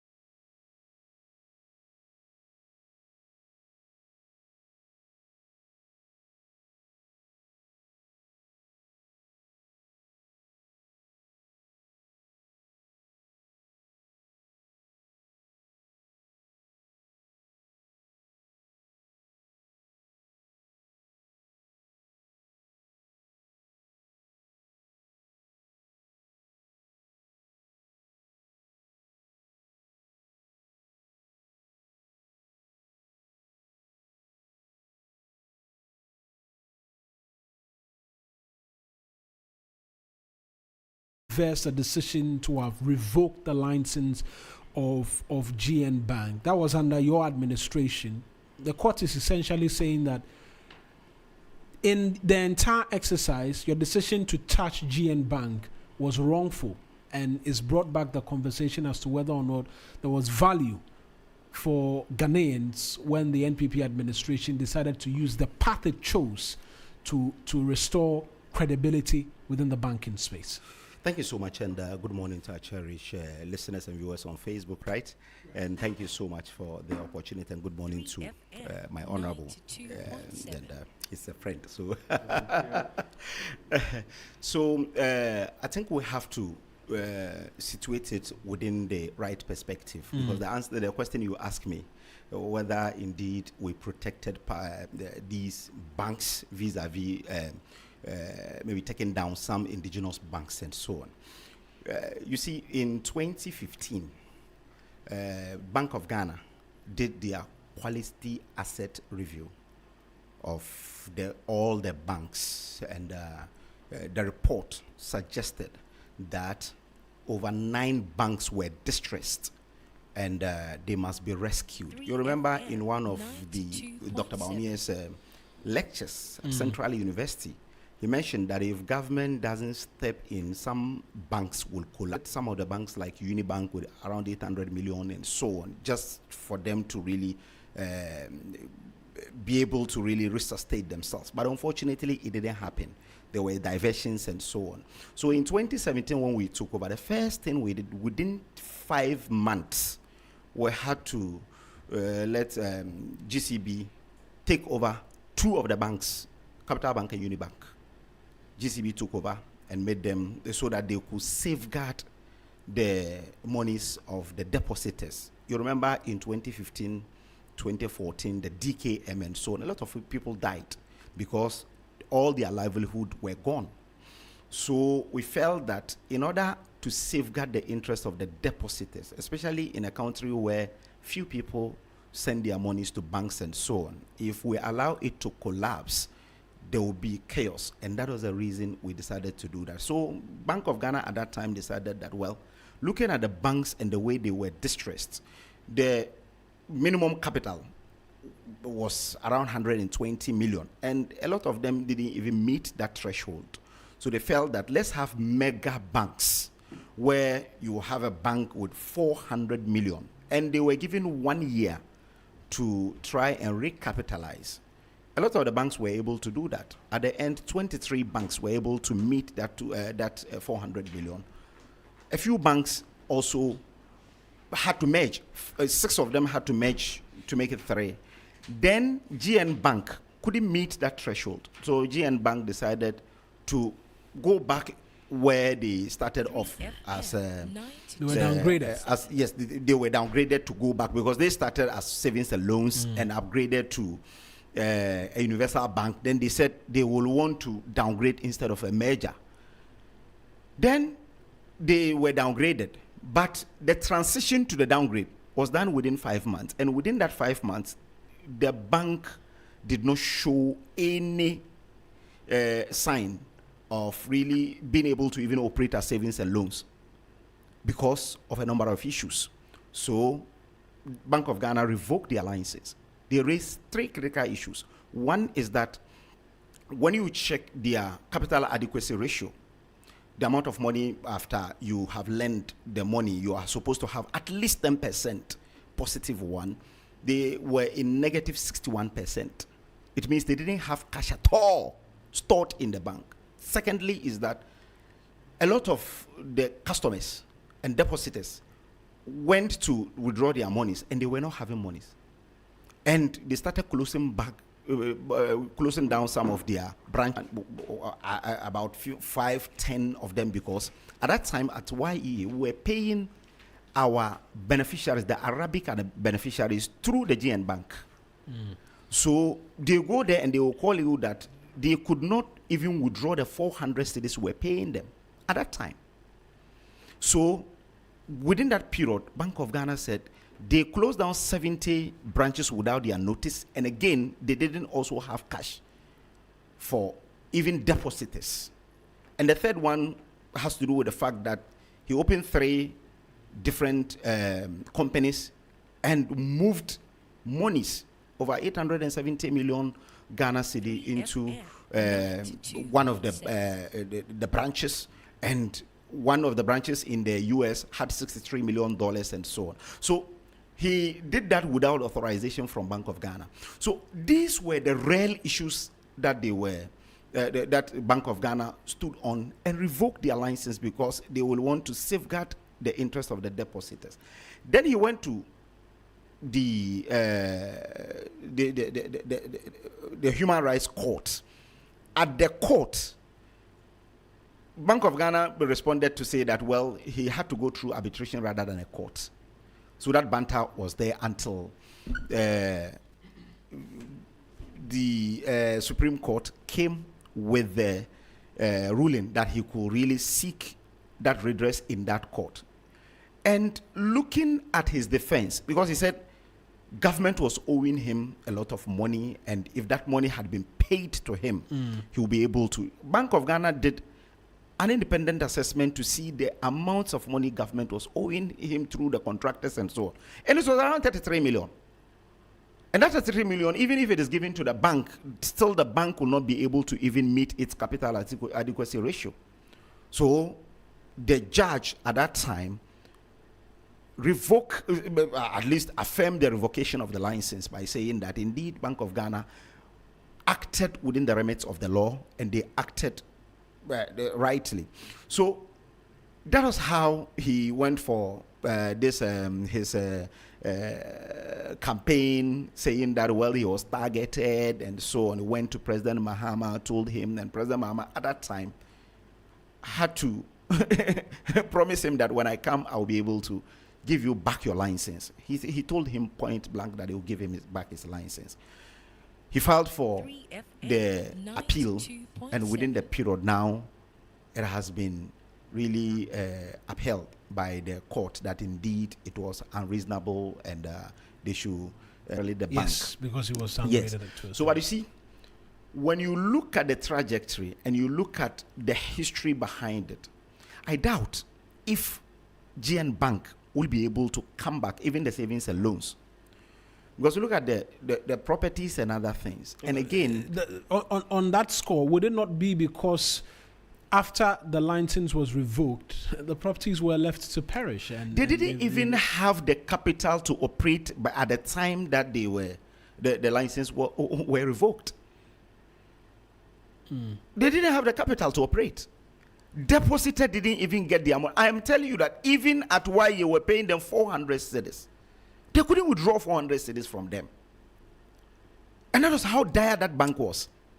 You understand? So when I saw this, well, it was a campaign promise, and we do not want to. The court has not affirmed that you made a mistake in taking that license. You are seeing it as a campaign promise being brought to life. No, I'm saying that there was a campaign promise, and coincidentally, the court is saying that the license should be reinstalled. Right. What we're waiting for is the ruling. Because after the ruling, to see the reasoning of the court, then you will understand whether indeed it was unreasonable or not. Right. And I heard Nana Otoe Champom, a banking consultant, saying that he believes that Bank of Ghana will have to go to the Supreme Court to challenge this decision. So we see how it pans out. Right. Let me come to the Honorable Al Hassan as well on the subject matter. He argues it's a campaign promise that's been brought to life. And that's how he's seeing it. But do you see this as judgment as well on the decision to have closed some of the banks in the manner in which it was done? Well, thanks so much. Well, good morning once again. I followed my colleagues' submissions, our submissions, and you see, there is the need to have some form of protection for our local institutions. Everywhere you go, even in the US, UK, the entire European Union, if you go to Chinese, the reason why they are able to make the waves they are making across the length and breadth of every sector of the economy is because their companies, especially the local and indigenous companies, are given unfettered protection to be able to function and prosper. Look, today as we speak, we have Nigerian banks doing very well in Ghana here. And this is going to be impacting on the Nigerian economy because, trust me, whatever profit they have here will be repatriated. We have South African companies doing very well here. Every nation must have a policy to give some level of protection and not subject local companies to the same yardstick as you do with other companies. That is why earlier when these banks had issues, the approach JM1 took was to assist them to come out of these difficulties. Because these are local companies. Because we need, one, to help them to grow and be on their feet, to be able to compete everywhere. Two, we need to protect jobs. And three, we need to protect the economy. When the Bank of Ghana under Addison took the decision, they did their own study, they did their audit, and they came out with their report. You see, when you go to audit a firm or a company, like a bank like that, there is this natural law principle that you should give them the chance to also respond to the finders. Till date, you don't find these companies saying that they were ever given the opportunity to respond specifically to the charges and then to proffer measures they would do to at least address some of the issues. And it's key. And so, all that my brother has said is coming from the reports by the government at the time, the government of the day. So it is one-sided, completely. Now, you also came on the back of promising to preserve and protect Ghanaian companies. And the financial sector is one key area you can do that. Look, in certain jurisdictions, when they see that banks are in such conditions, you know what they do? They do what we call the bridge banks. Bridge bank. So the CBG, the Consolidated Bank of Ghana, was almost similar to a bridge bank, but they didn't apply it well. The bridge bank will not completely take over the banks. 3FM. It is lying like a bridge. It will do like a bridge, where it will help in the difficulties that the banks have. It will help in getting the banks to cross that. If the NDC use one approach to preserve these banks, to protect these banks, to get these banks back on their feet, which was by way of helping them with some funding, and maybe that also did not work. There are so many approaches. When you came, you were also supposed to look at, okay, if your mama gave them this money to be able to sustain them, to bring them, to resurrect them from wherever they are onto their feet, and it was not well done, or you want to say their leadership, their management misappropriated the monies, what other remedy can we offer? Or is it that our only remedy available now is to collapse? Because the collapsing comes with its own implications. Now we're told about all the things that they did it because they wanted to protect the economy and to protect depositor savings and to do other things. I'm asking you today, as we speak, depositors still don't have full access to their monies. So what was the reason for this? But Awal is asking which of the banks are depositors. No, we're talking about. I'll come to Jane. But I'm talking about the general picture. No, the general picture, they are at Consolidated Bank. They were all boxed together at Consolidated I spoke about the consolidation. You see, the consolidation, so CBG nobody lost anything. Even as we speak, deposited in GN. Not everybody has gotten what is due them. You understand? And so we are talking about a situation where you gave us a way out, and you were saying that it was going to cost the nation about 9 billion to kind of recapitalize and put these banks in the right footing. Yet it cost us over 21 billion Ghana cedis to undertake that reckless exercise you undertook. The matter went to High Court. High Court gave its judgment. GM Bank is not satisfied. Now you are trying to lay this at the doorsteps of political convenience, like GM promised them. Whatever GM promised them could only be done politically and not judicially. But is it not a fact as well that the approach JM used, JM1, in providing funding or providing support for the banks, they didn't, from the report, some of the banks did not utilize the funds for what it was meant for. So that is why I'm telling you that in such situations, there is always more than one solution to the problem. So, for instance, sometimes you are sick. You are taken to the hospital, you are diagnosed, and you are given a particular medication. Now, the doctors tell you, if you take this for this period and you are not seeing changes to your situation. State funds given to banks. We have that responsibility as a state. You understand? That is why I'm bringing you to the ordinary man's situation, where a medical doctor will tell you that if you take this for 1 week, if your situation does not change, or depending on what you are experiencing, come back. There are always more than one means to resolving this issue. So if the first measure was to help them with some form of funding, and they went in and they never were able to apply this funding judiciously, as you're making us believe. What other means can we use? Doesn't mean we have exhausted all the avenues available. That's our challenge.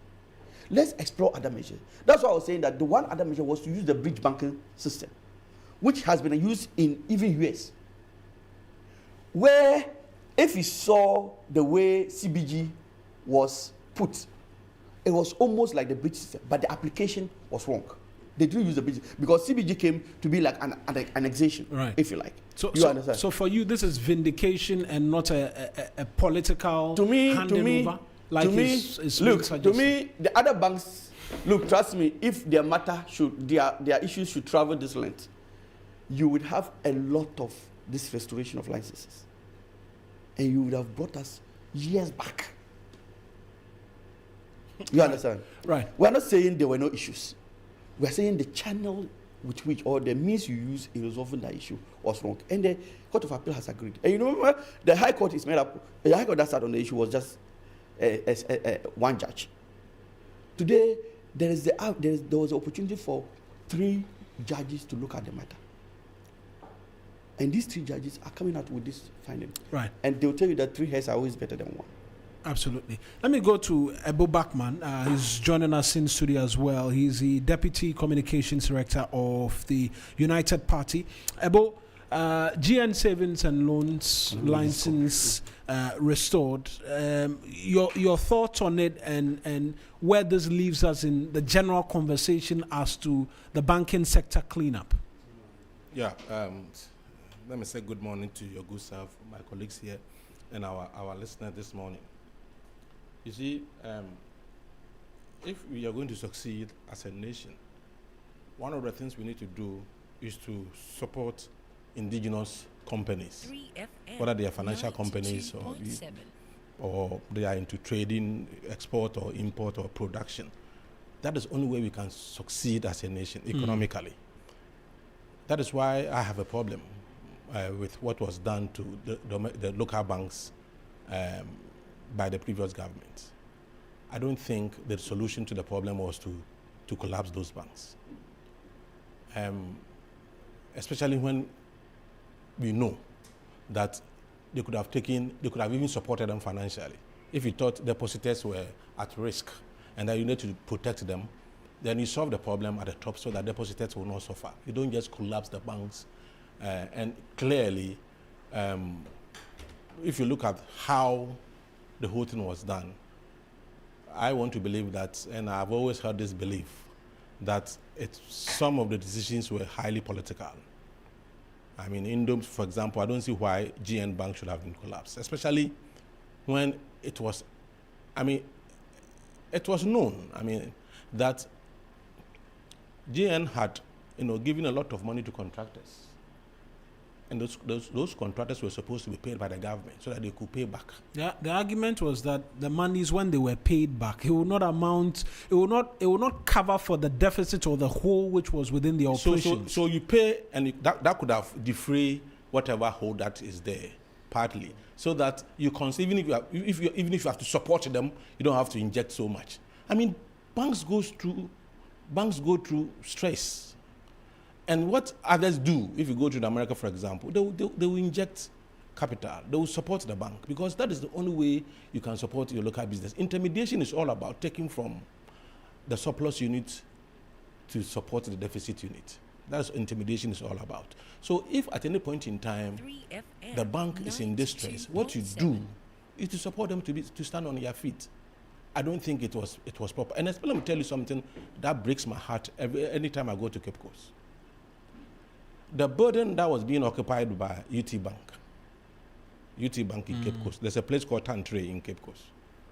When UT Bank was collapsed, do you know who occupied that burden? You'd have to tell us. Kenoforata's Data Bank. And that tells a story, a very painful story, that these banks could have been protected, yet they were collapsed. And especially if you get to know that we could have used 9 billion to save the banks. but we ended up using over 20 billion to collapse the banks. It doesn't make sense to any person. And I think moving forward as a nation, we should focus more on supporting our local banks. I mean, our banks the Nigerian banks have taken over. The local banks are struggling. What do? You support them. You support them to stand on their feet, to compete effectively. Because if they make profit, the profit comes to the country. They don't take the profit out of the country. And another sad thing is that we knew the consequences, that people were going to lose their jobs. In fact, marriages, people have lost their lives in the last 7 years because of this GN and other banks, the so-called banking, but the banking sector cleanup exercise. People have lost their lives. Marriages have collapsed. People became unemployed. And so we could have taken all those things into consideration. Because if you could have solved the problem with 9 billion, why didn't you solve the problem? You see, sometimes, 3FM well, let me say, I'm excited that the court has come out to say that what they did was unreasonable. The court has come out to say it was unreasonable. It means they could have done something better than what they did. So, yes, moving forward, let's see how we can protect our indigenous companies. That's why I am in support of the mining sector issues, that we should allow our local mining firms to take over our, the commanding height of the mining sector, so that we make more profit, the profits stay here, they employ more people, and the country develop. That's the only way out of it. Right. I'll come to you for quick rebuttals. That the unreasonable nature and the fact that cost in cleaning up the banks as well ballooned in excess of 21 billion cedis will always be a point of reference when matters of the banking sector cleanup comes up again. My brother, I said two things. One is that we were safeguarding the depositors' funds because of the history of the DKM.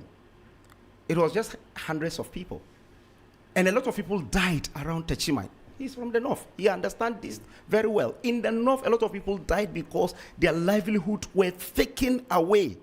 So we felt that 4.6 million depositors must be protected. That is one.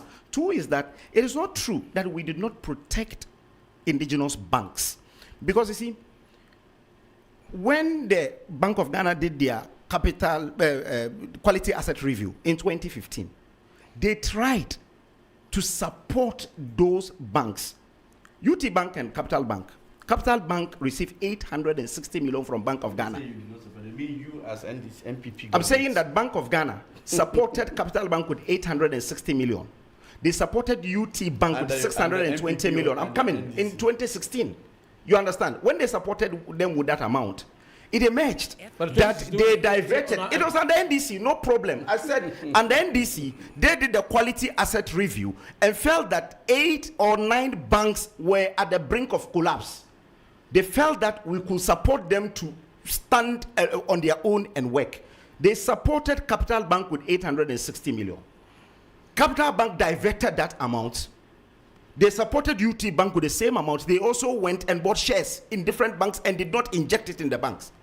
When we took over in 2017, early part of 2016, we saw that indeed those banks will collapse and deposited money will evaporate. So what we did was that we allowed GCB to take over all these banks.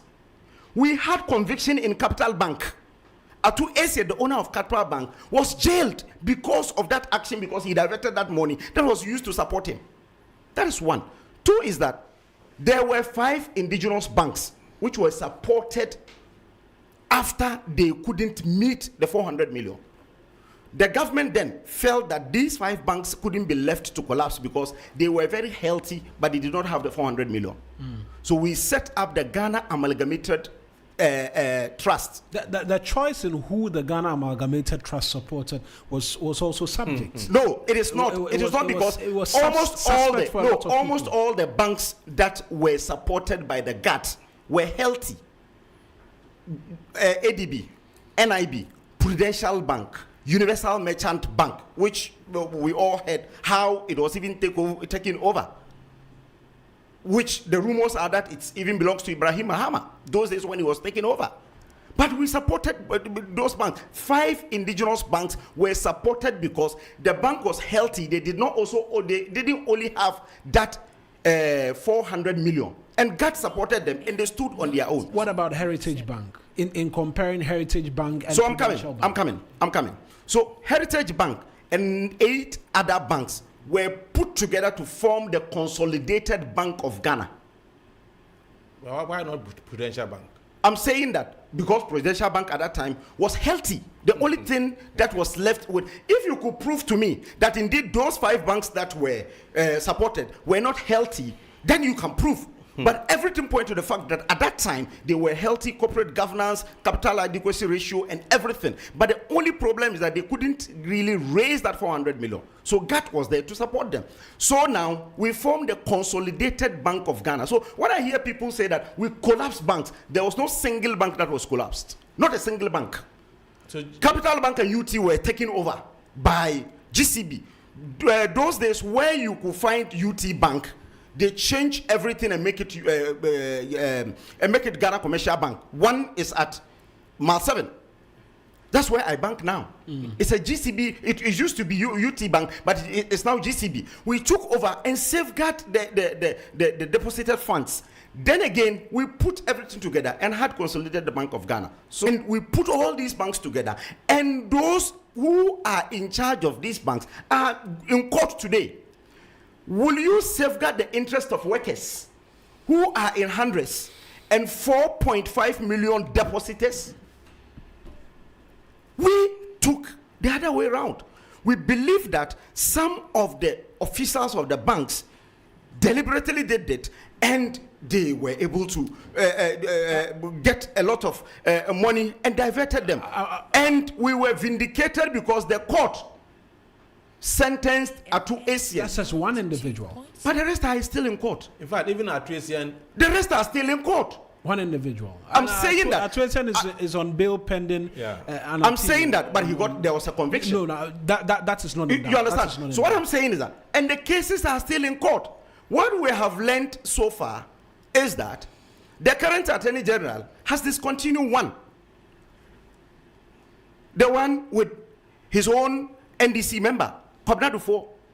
Asset recovery is the Unibank, but asset recovery is another. Interestingly, he's saying that now this man can pay 60% so that the state will override 40%. That's just in one instance. This is what he's doing. In the other instances, because he's the only politically exposed person within that I'm saying in the other instances, right? In the other instances, yes, we jailed Atu Asian. In the other instances, and I've listened to a lot of experts on this, they say that the entire cleanup exercise looks like it amounted to nothing because we haven't been able to jail anybody outside of Atu Asian.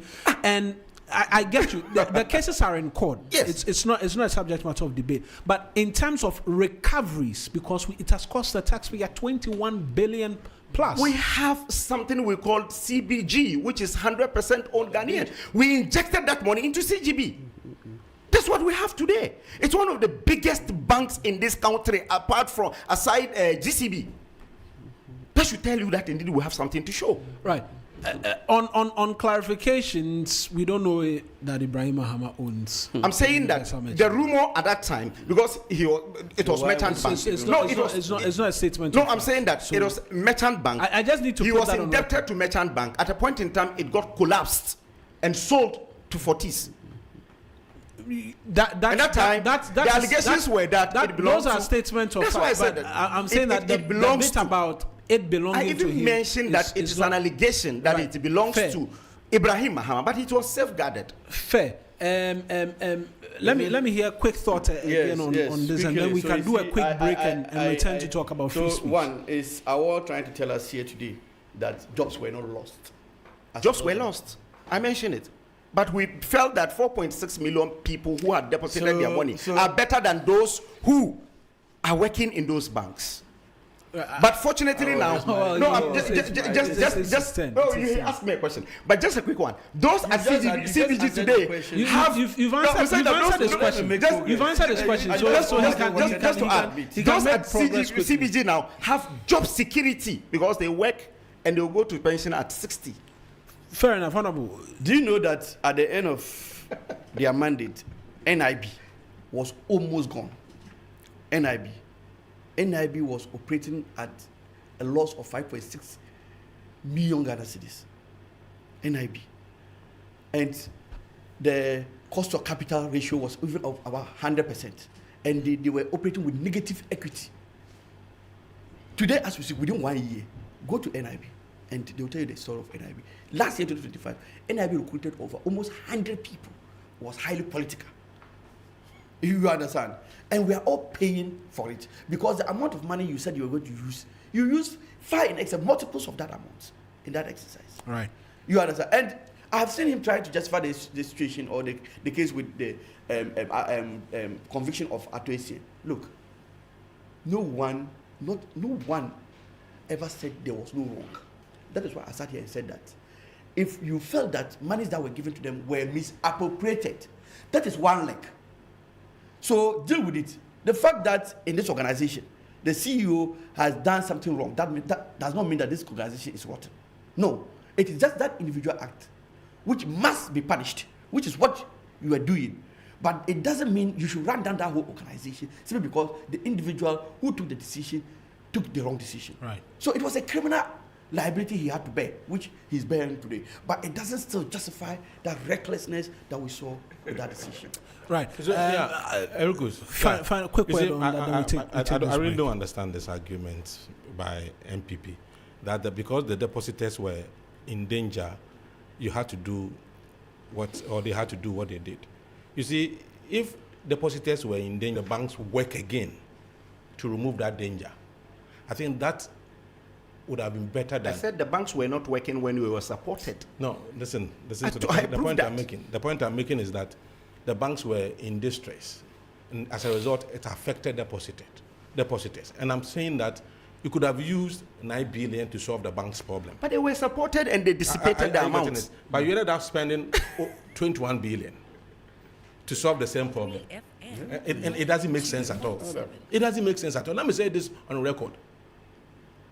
In respect of Capital Bank, at a point, and you can ask her to call her on phone. Kenofrata wanted to buy. In fact, about 2 months to the time the banks was collapsed. Kenofrata wanted to buy the bank from Atu. Atu refused. So the question is, at the time he wanted to buy the bank, was the bank financially viable? That's crazy. Was the bank financially, at the time he wanted to buy it from Atu, was the bank financially you can buy a collapsing institution and make it better. So I'm telling you some of the things they did in this country. They intentionally ran down institutions to the extent that even SIC, your own SIC, was run down because of enterprise insurance. Don't divert them. Because of Kenofrata's enterprise insurance.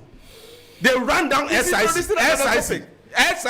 Your own state institution. Go and check what check their profitability. Yes, check today. They took over. Let me tell you, they are on an Akomia. He's on record to have mentioned. He's adding a lot of people. No, I'm coming.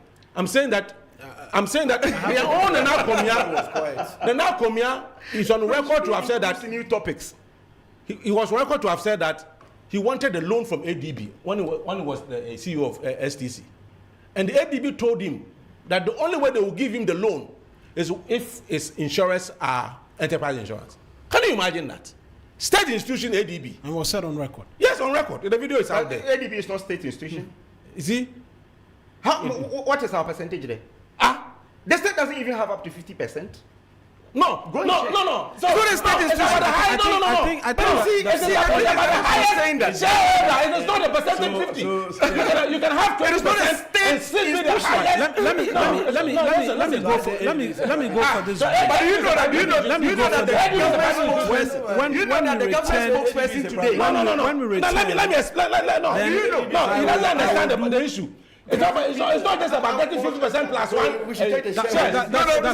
That's Do you know that the government spokesperson, Shamima, is saying that President Mahama had reinstated this? Reinstated what? The license. It's not true. It's not true. All that she said is that President Mahama is not vindictive.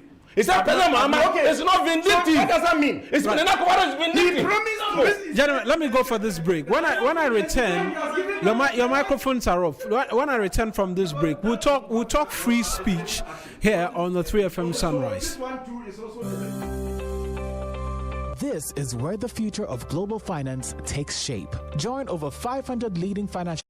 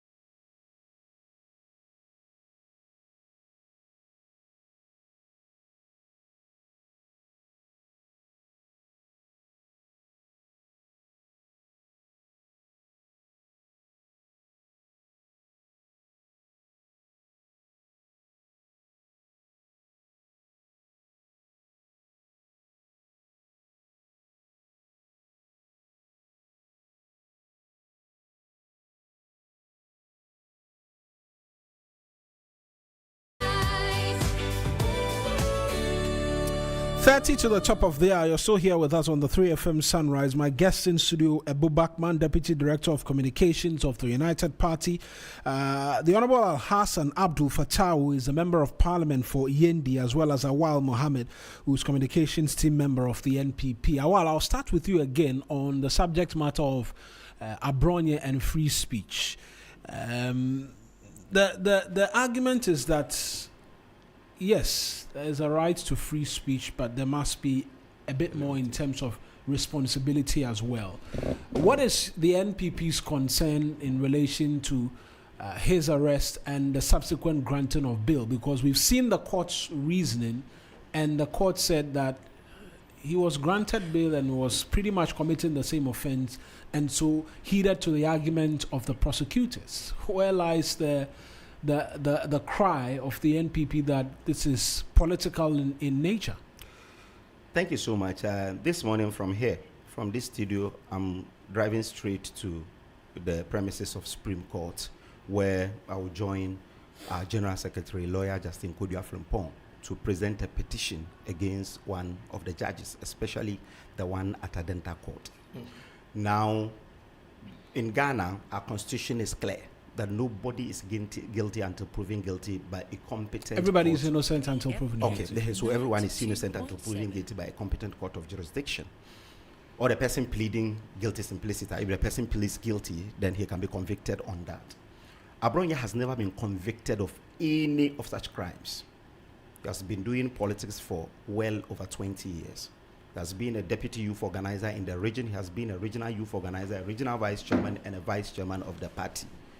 He has never been convicted. So if someone tells me, as a lay person, says that he went to court and on a charge that he had made some commentaries, and he didn't plead guilty in court, and the case was pending, and someone says he has repeated same thing, so he had committed an offense, I just don't get it, because it has never been proven that indeed what he had done was an offense, because but the first charge when he went to court, he did not plead guilty. You are aware of the fact that the grant of bail, as much as the court has made us aware in the respective Martin Pebu cases, it still rests with the judge, the sole preserve of the judge, in considering a number of factors. So I'll come to that. And one of such factors was the basis upon which the judge said that he be remanded. Yes, so I'll come to that. You see, our issues are simple. We think that this government is using the police to suppress free speech. Why and is that? To intimidate us. Now, 16 people have been arrested in the last 1 year, 6 months, or 4 months that this government has been in power. Almost every month they have arrested one person. Now, what is more interesting is that some people were arrested outside Accra. We had police station over there. We had courts. And we had even higher courts. For instance, someone sat in Sunyani. And we know the Sunyani and the case was brought to Accra. And the case is that he has committed a crime in Sunyani. He was invited by Sunyani police, and the Sunyani police told him that, well, it was Accra that ordered for your arrest. I know now, that's right. Is it not a function of the police being overzealous? Because the claim you lay today against the NDC administration, your government did same.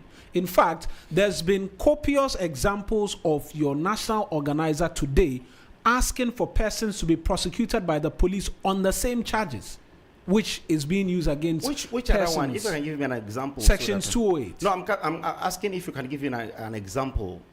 I'll fetch that for you. Exactly. Yes. The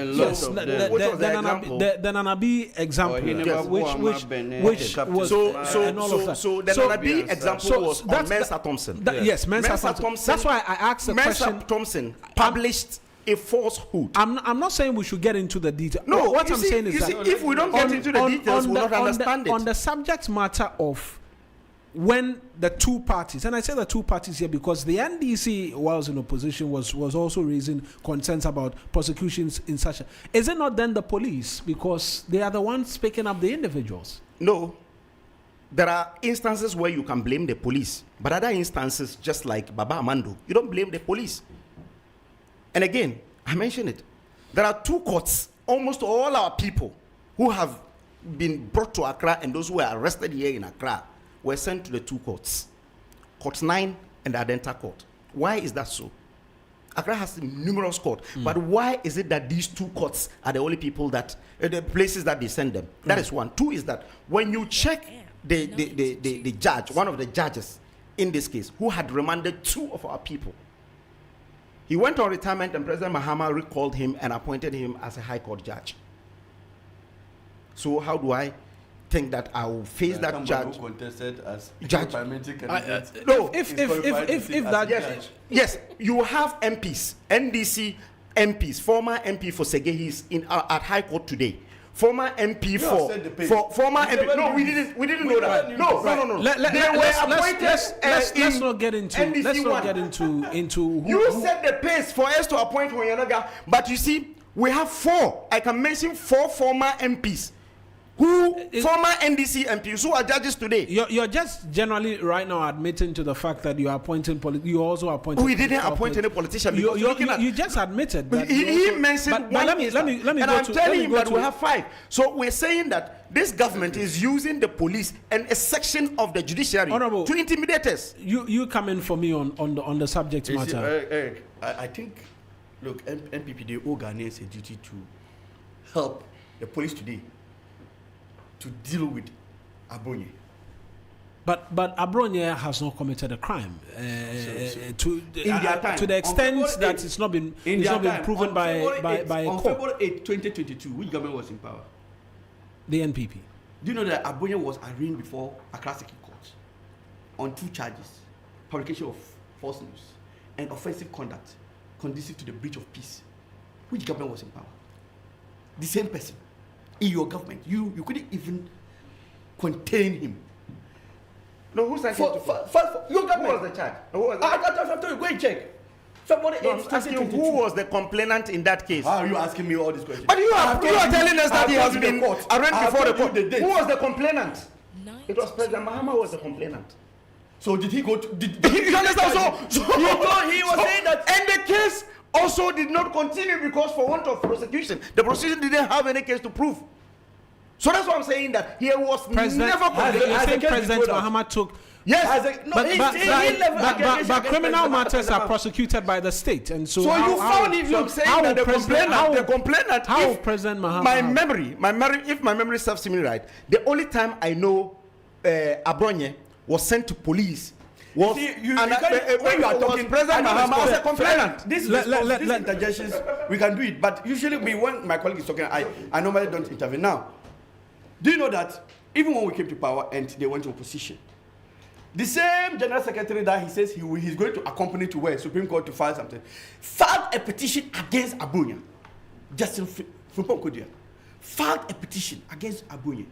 And what was the content of the petition? He was saying in the petition that Abonye's utterances were dangerous and were scandalous, and that the National Disciplinary Committee of the MPP should discipline Abonye. That is your own general secretary. In fact, so the date of the arrest was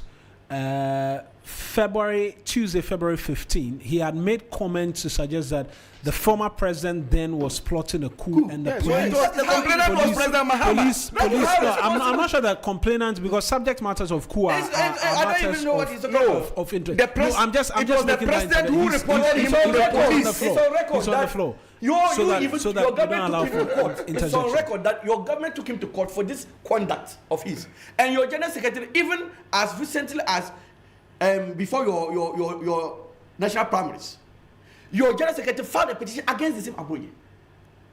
So this man, and what did he say? He said one of your flag bearer hopefuls was Antichrist, Kennedy Japan. That was how he described Kennedy. That's but those are civil matters you can take up. So I am telling you how, and your general secretary could not. But who said it's criminal? I'm telling you some of the utterances. Now he is being held like a criminal. I am building your docket. I am building Abonye's docket. So your general secretary found this conduct to be a breach of your party's rules. Now, if he can say that Abonye's utterances against your party members are offensive, doesn't mean that his utterances against Ghanaians in general are not. Are MPP members superior to other Ghanaians? You understand? And so you yourself, you can't even contain that character. Today the man is in court on one charge. Just when you are on bail, you are being brought to court on a similar charge. Yes, I have heard the argument saying that, oh, the man has not been prosecuted on the other one. But you see, remember, judges are humans. And remember, the issue of bail is discretionary. So a judge will look at the facts. Look, you can put a case before a judge. The judge will look at the facts and then give bail based on the facts of the case presented to him. This guy has consistently shown that he cannot change. And it's about time we allow the law to deal with it. Even you are not able to even... But the concern is that nobody has ever even, from NPP to your time, nobody has ever been prosecuted all the way through and found guilty on these charges. Went to prison for 14 days. Yes. Contempt of court. Yes. So we are telling you that so it's not on the charge. Contempt of court. That was Attorney General filing a case. No, I'm saying that it was a contempt of court. Let me bring it. Do you think when you call a judge, that judge is an NDC person? Yes. It's not defamatory. It's not contemptuous. No, it is defamatory. Okay. So it is defamatory and rebellious. Do you know what contempt is? Yes, I know. Come in for me. When you say something that brings the reputation of the judiciary into disrepute. Which is all fair. Let me hear from Ebo. In this case of human rights and right to speech and all that, I think my worry is the hypocrisy of MPP. That's my worry, and I'll tell you why. You see, will I be right to say that right to life is fundamentally superior to right to free speech? Will I be right to say that? Right to life is fundamentally superior to right to free speech. Because one has to live before he can speak.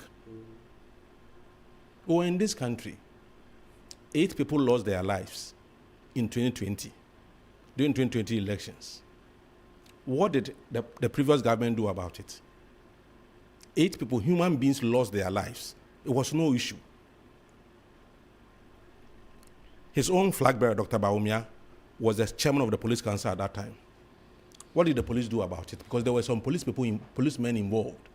What did the police do about it? What did Dr. Bawumia, as the chairman of police council, do about it? Nothing. We are talking about human life. We are not talking about right to speech, free speech here. As for you and your obsession with Dr. Bawumia, I don't know. Oh, let me speak. I don't know his obsession. We are talking about things that involve the police. Because he was the one. Oh, you can't say it. I've told you have to get a special hat. Allow him. You have to get special hat. Allow him make his point. So that you don't get heart attack. You see, the point is that we are looking at human rights. And I am placing emphasis on what is important, even more important, which is the human life. That when people's life were taken away from them, the government of Nana Akufo-Addo did nothing about it. For 8 years, for 4 years, did nothing about it. And come to the issue of Jolobi demonstration.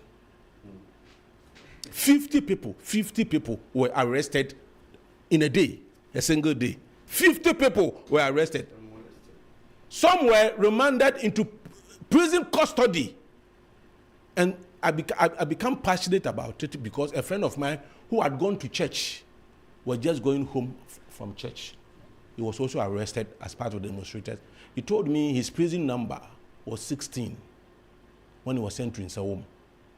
You have gone through all these things in this country. And so if your members are quote and unquote misbehaving, and the law is dealing with them, you are saying what? You are saying what? Do you have the moral turpitude to be talking about the issue of human rights when the people lost their lives? The inalienable right of every human being is the right to live or right to life. You saw nothing wrong with that and did nothing about it. And you are talking about Abronye and the things he's been saying.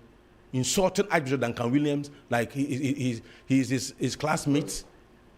Insulting even their own party members, Kennedy Japan.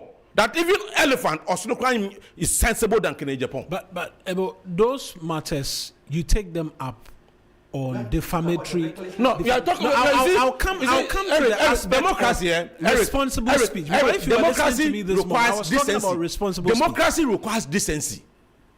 Let me tell you, democracy is about the people. It's not about it's about the people. So respect me and let me respect you. Decency is a requirement in democracy. Yeah. Democracy doesn't mean you can sit behind microphone and spew any nonsense. Just because when you go, your flag bearer will hug you for doing well. That is why we are beginning to see some of these things, because they are being emboldened by their leadership to engage in this kind of insults, and it's not good for our democracy. What Abronye is doing, even the party itself frowns on it. The party itself frowns on it. That is what the general secretary. Yes, that's what I'm saying. When they do that, Dr. Bawumia hugs them. All those who have been who were arrested, and you see, it's becoming a norm, and it's very dangerous. That now, if you want to be seen, just insult and attack people, and for you to be arrested, you become a hero in your party. That's foolishness. Isn't that why Isn't that why the police should ignore them and not arrest them? No, if police ignores them, these things will become rampant. And that is not how we build a society. Because you're saying it's become a route to fame. So if the police ignores them, there's a deal with them. If you think you are being famous in your own party, be famous in your party. But the point is that if you don't solve this problem, our children will grow to be seeing these things, and they can easily copy them. Is that how to build a society? Right. So that's what I'm saying. That Ghana is bigger than our democracy. What it means is that we have lived in this country without democracy before, and we didn't die. So we shouldn't allow democracy to destroy this country. We should control our democracy. When people go wrong, let the law deal with them. That is why I support whatever the police is doing. If it is within the confines of the law, I support it 100%. Right. I'll come to you on the subject matter of responsible speech. There has to be an agreement at some points that yes, there is free speech, but the speech should be to a certain level decorous and not toe the line in which we're seeing things go. You'd agree? I agree totally. But you see, there is this erroneous message that has been bandied around by the NDC and their surrogates that the Occupy Jolobi House people, 50 of them, were arrested because they were demonstrating against Galamsey. They were never arrested because of the Why were demonstration. they arrested then? They were arrested because of unlawful assembly. When the Constitution guarantees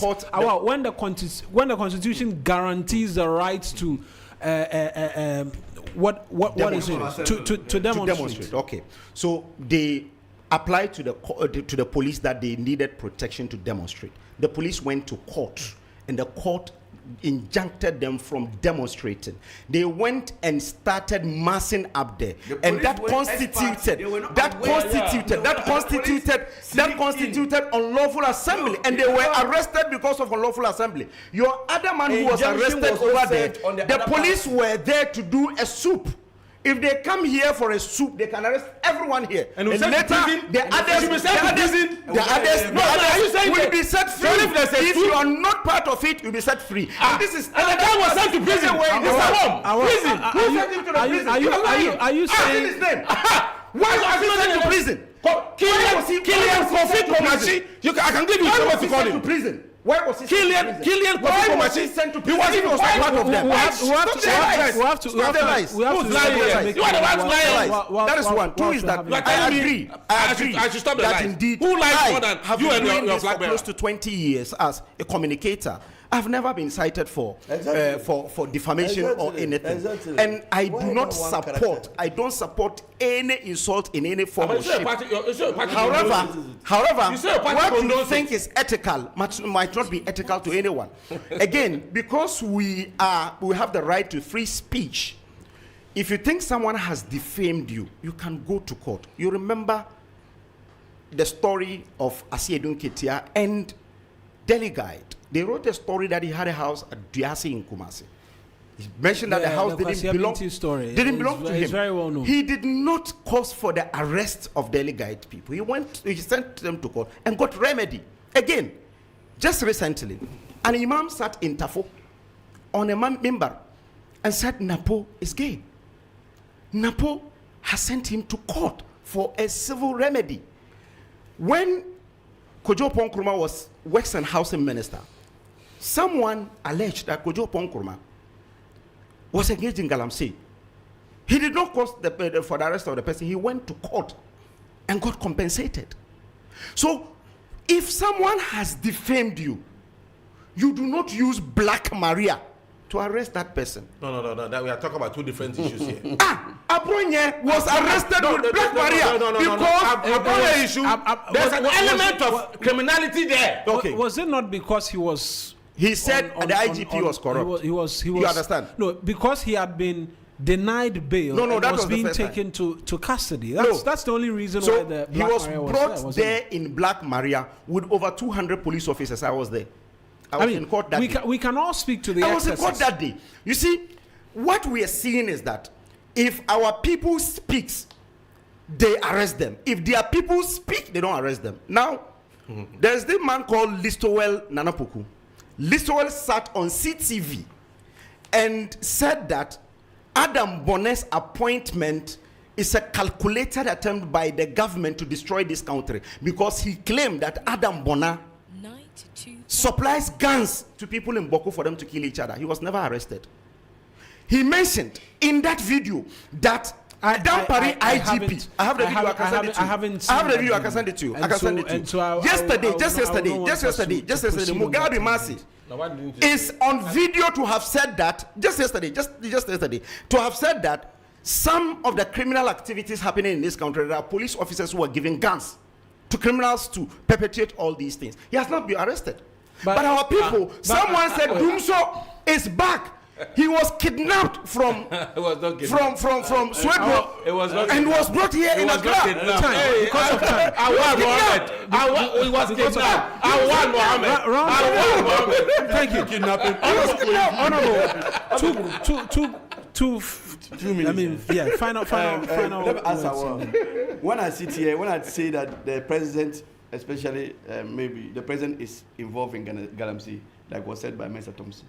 No, he didn't say that. Mr. Thompson said the president has used plane, private jet, to with his family members, and later he said it's not true. Yeah. So he apologized. After he apologized, you arrested him. Bobby answer. I can publish false news. I apologize. Let Accra FM 2022. He said the first lady was involved in purchasing state or acquiring state land.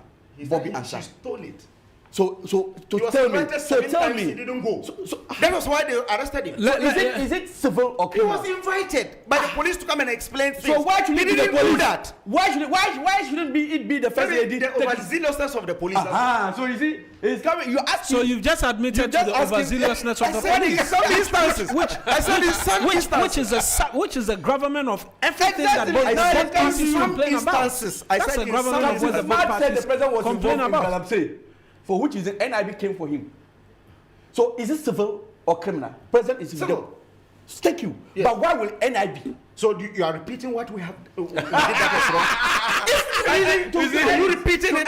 You see why, Eric? Do you see why? Do you see why I say Awal and his people don't have the moral deputy to be talking about this thing? Because you've lost it.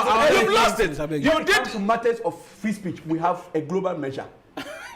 We have a global measure, and NPP has given the worst performance in our history as a country. Manasseh Awuni, is it Manasseh Azuri? Manasseh Azuri was not chased out of the country. Manasseh Azuri, he ran for his life. Manasseh Azuri ran for his life. But did he not? The man fled. The man ran. He ran for his life.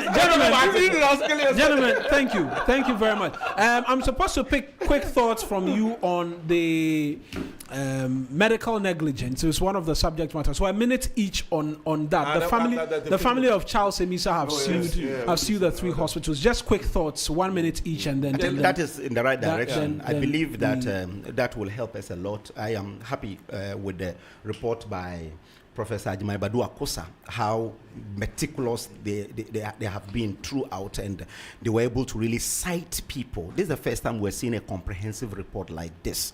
At least how it happened and how they were able to interview them and so on. This will serve as a deterrent to a lot of their officials. We want to see some actions visibly. We just want to hear that indeed they directed them to be sanctioned, and we only hear that they have been sanctioned. Let's know the kind of sanctions, so that if someone is sitting at Bolga Hospital and he hears that one of his colleagues did this because of the negligence, exactly so. So I'm happy for right. Honorable, I think it gives us all the picture we have at this stage of our medical service, the running of our medical service, I think is a reminder to all of us that one, as professionals, as the medical doctors are, they have a duty.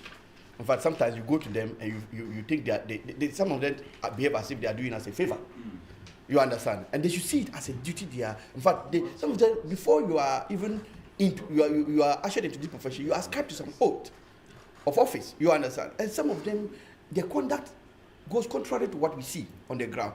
And so, and you see, it's because as Africans, we are not so used to going to court on some of these matters. Oh, famanyami kind of thing. And it's about time we woke up as a society to ensure that some of these things, we follow the issue to the latter, so that at least it can serve as a deterrence to others who may want to go. We'll find out on this. The whole thing is that there's a big hole in our health system.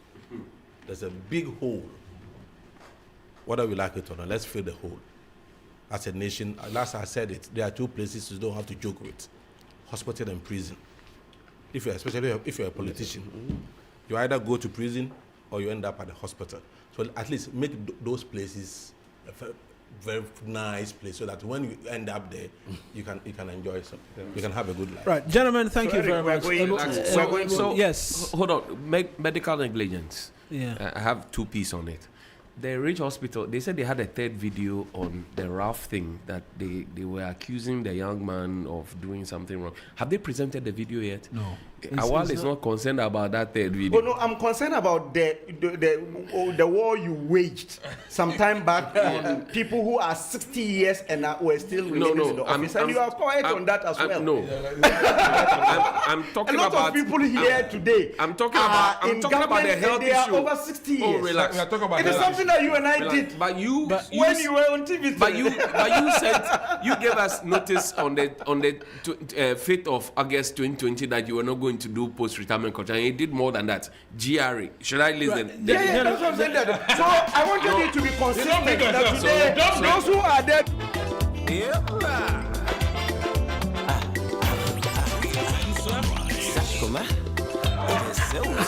A few bad days.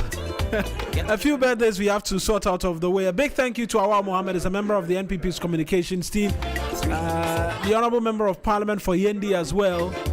Al Hassan Fatau joining us, and Ebu Bakman, Deputy Director of Communications of the NPP. Quick birthdays. First one is to... there's no name, but it's a romantic one. It says, my prayer is that you get everything you want and more. You deserve it all. Happy birthday, love. From Michael Jerry. He wishes you a happy birthday, and a happy birthday to a wonderful woman who is faithful and dedicated to the service of God. From taking up responsibility at the parish level to serving diligently at the archdeaconry level, your commitment has been truly inspiring. Today, we celebrate a great and devoted servant of God. May your life continue to be a blessing to many, and may God strengthen you for even greater service ahead. Happy birthday. I didn't quite get the name for this one. Colena. Nah. Yeah.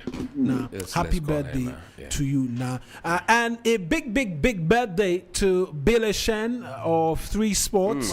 Happy birthday to you as well, Bill, from all of us here at 3FM and TV3 Media General, essentially wishing you a fantastic day ahead. The last one is a happy birthday to Christopher J. Konedu, also known as Wallace. Keep shining and moving higher. Wishing you a beautiful celebration and many more prosperous years ahead. From Laka and Nanausu to you, Wallace. Happy Charlie, birthday to you as well. Special good morning to Mr. Astus Kwesiahiable. A special good morning to him.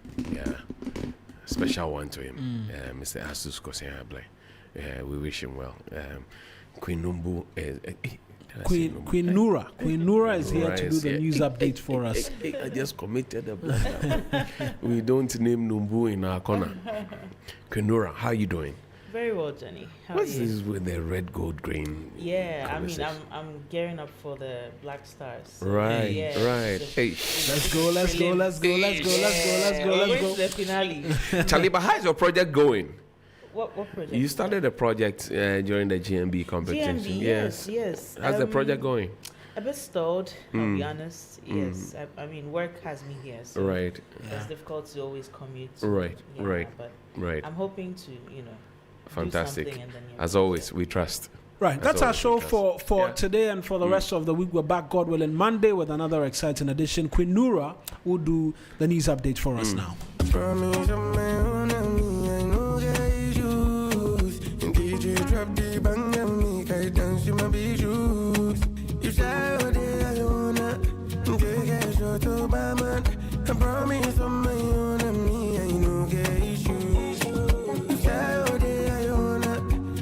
a shot to Obama. I promise on my own and me, I no get issues. Promise on my own and me, I no get issues. DJ drop the bang and make I dance with my big shoes. Saturday I wanna take a shot to Obama. I promise on my own and me, I no get issues. Saturday I wanna take a shot to Obama. I promise on my own and me, I no get issues. I want to forget my name while I'm on yours. If I rap, make you sing my chorus. I be the guy all these girls I want to. Pablo Esco, I get the money, I'm okay. I make nice on Tuesday, and I want to raise on it. And I ride with you, oh babe, come we could take a shot too. Temperature, if you touch me, girl, you go rise. I'm so nice, so I'm nice. Fine boy, I know they pay now. Oh my God, yeah. I make nice on Tuesday, and I want to raise on it. And I ride with you, oh babe, come we could take a shot too. I promise, 3FM 92.7 Urban Lifestyle Radio Station. You're still listening to 3FM 92.7. This is the news update with me, Nura Mohammed. Coming up, restoration of GN Bank license could open the door for other collapsed banks to pursue legal action, banking consultant Nana Utuo Ichampon says. Also coming up, former New Patriotic Party chairman Paul Afoko officially declares bid to contest again for the party's national chairmanship position. These and some of the stories coming up shortly. Now, banking consultant Nana Utuo Ichampon says the restoration of the banking license for GN Savings and Loans Company Limited could pave the way for the other financial institutions whose licenses were revoked during Ghana's banking sector cleanup exercise to seek legal redress. The Court of Appeal on Thursday unanimously restored the license of GN Savings and Loans Company Limited, overturning an earlier High Court ruling that had upheld the company's closure during the banking sector reforms. According to Nana Utuo Ichampon, the court's decision will not in any way damage the reputation of the Bank of Ghana. Let's listen.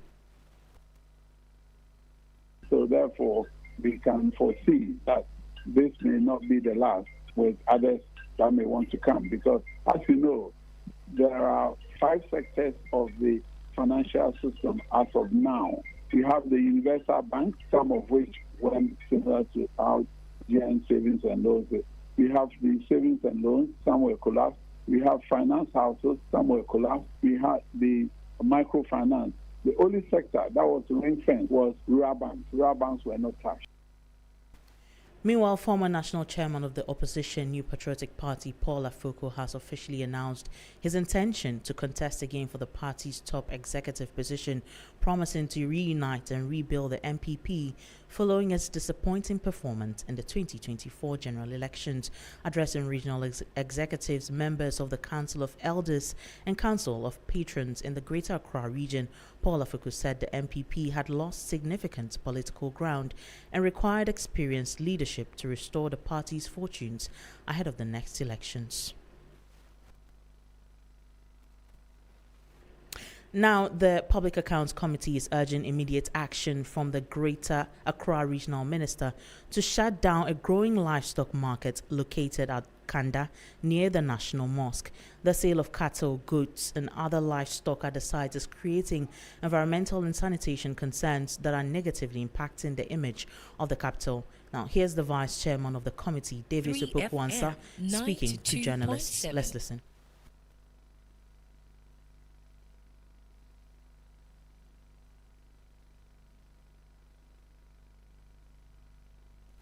We have our national mosque. On the Kaukudi stretch from Flagstaff House towards Kanda area. Now it looks like the place has been turned into a cow selling center. In fact, this week when I passed there, I saw them selling even camels, Afupongo. They were selling camels there. I mean, that is the heart of Accra. That is the capital of Accra.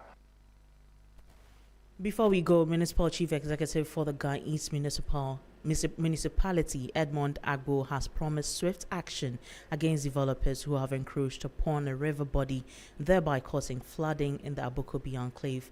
This is after Ghana East Chiefs Association made an emergency appeal to the MCE to use its high office to stop the alarming destruction and illegal encroachment of the Dakubi River by private developments. He spoke on Hot Edition. Let's listen. Okay, so they have to stop immediately for us to assume the feeling that they have done.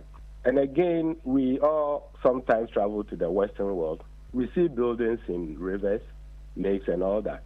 But one thing needs to be done before you can put a building on a waterway or even in the water reserve itself. So even if that land has been sold to you by a chief, we need to control what you do out there.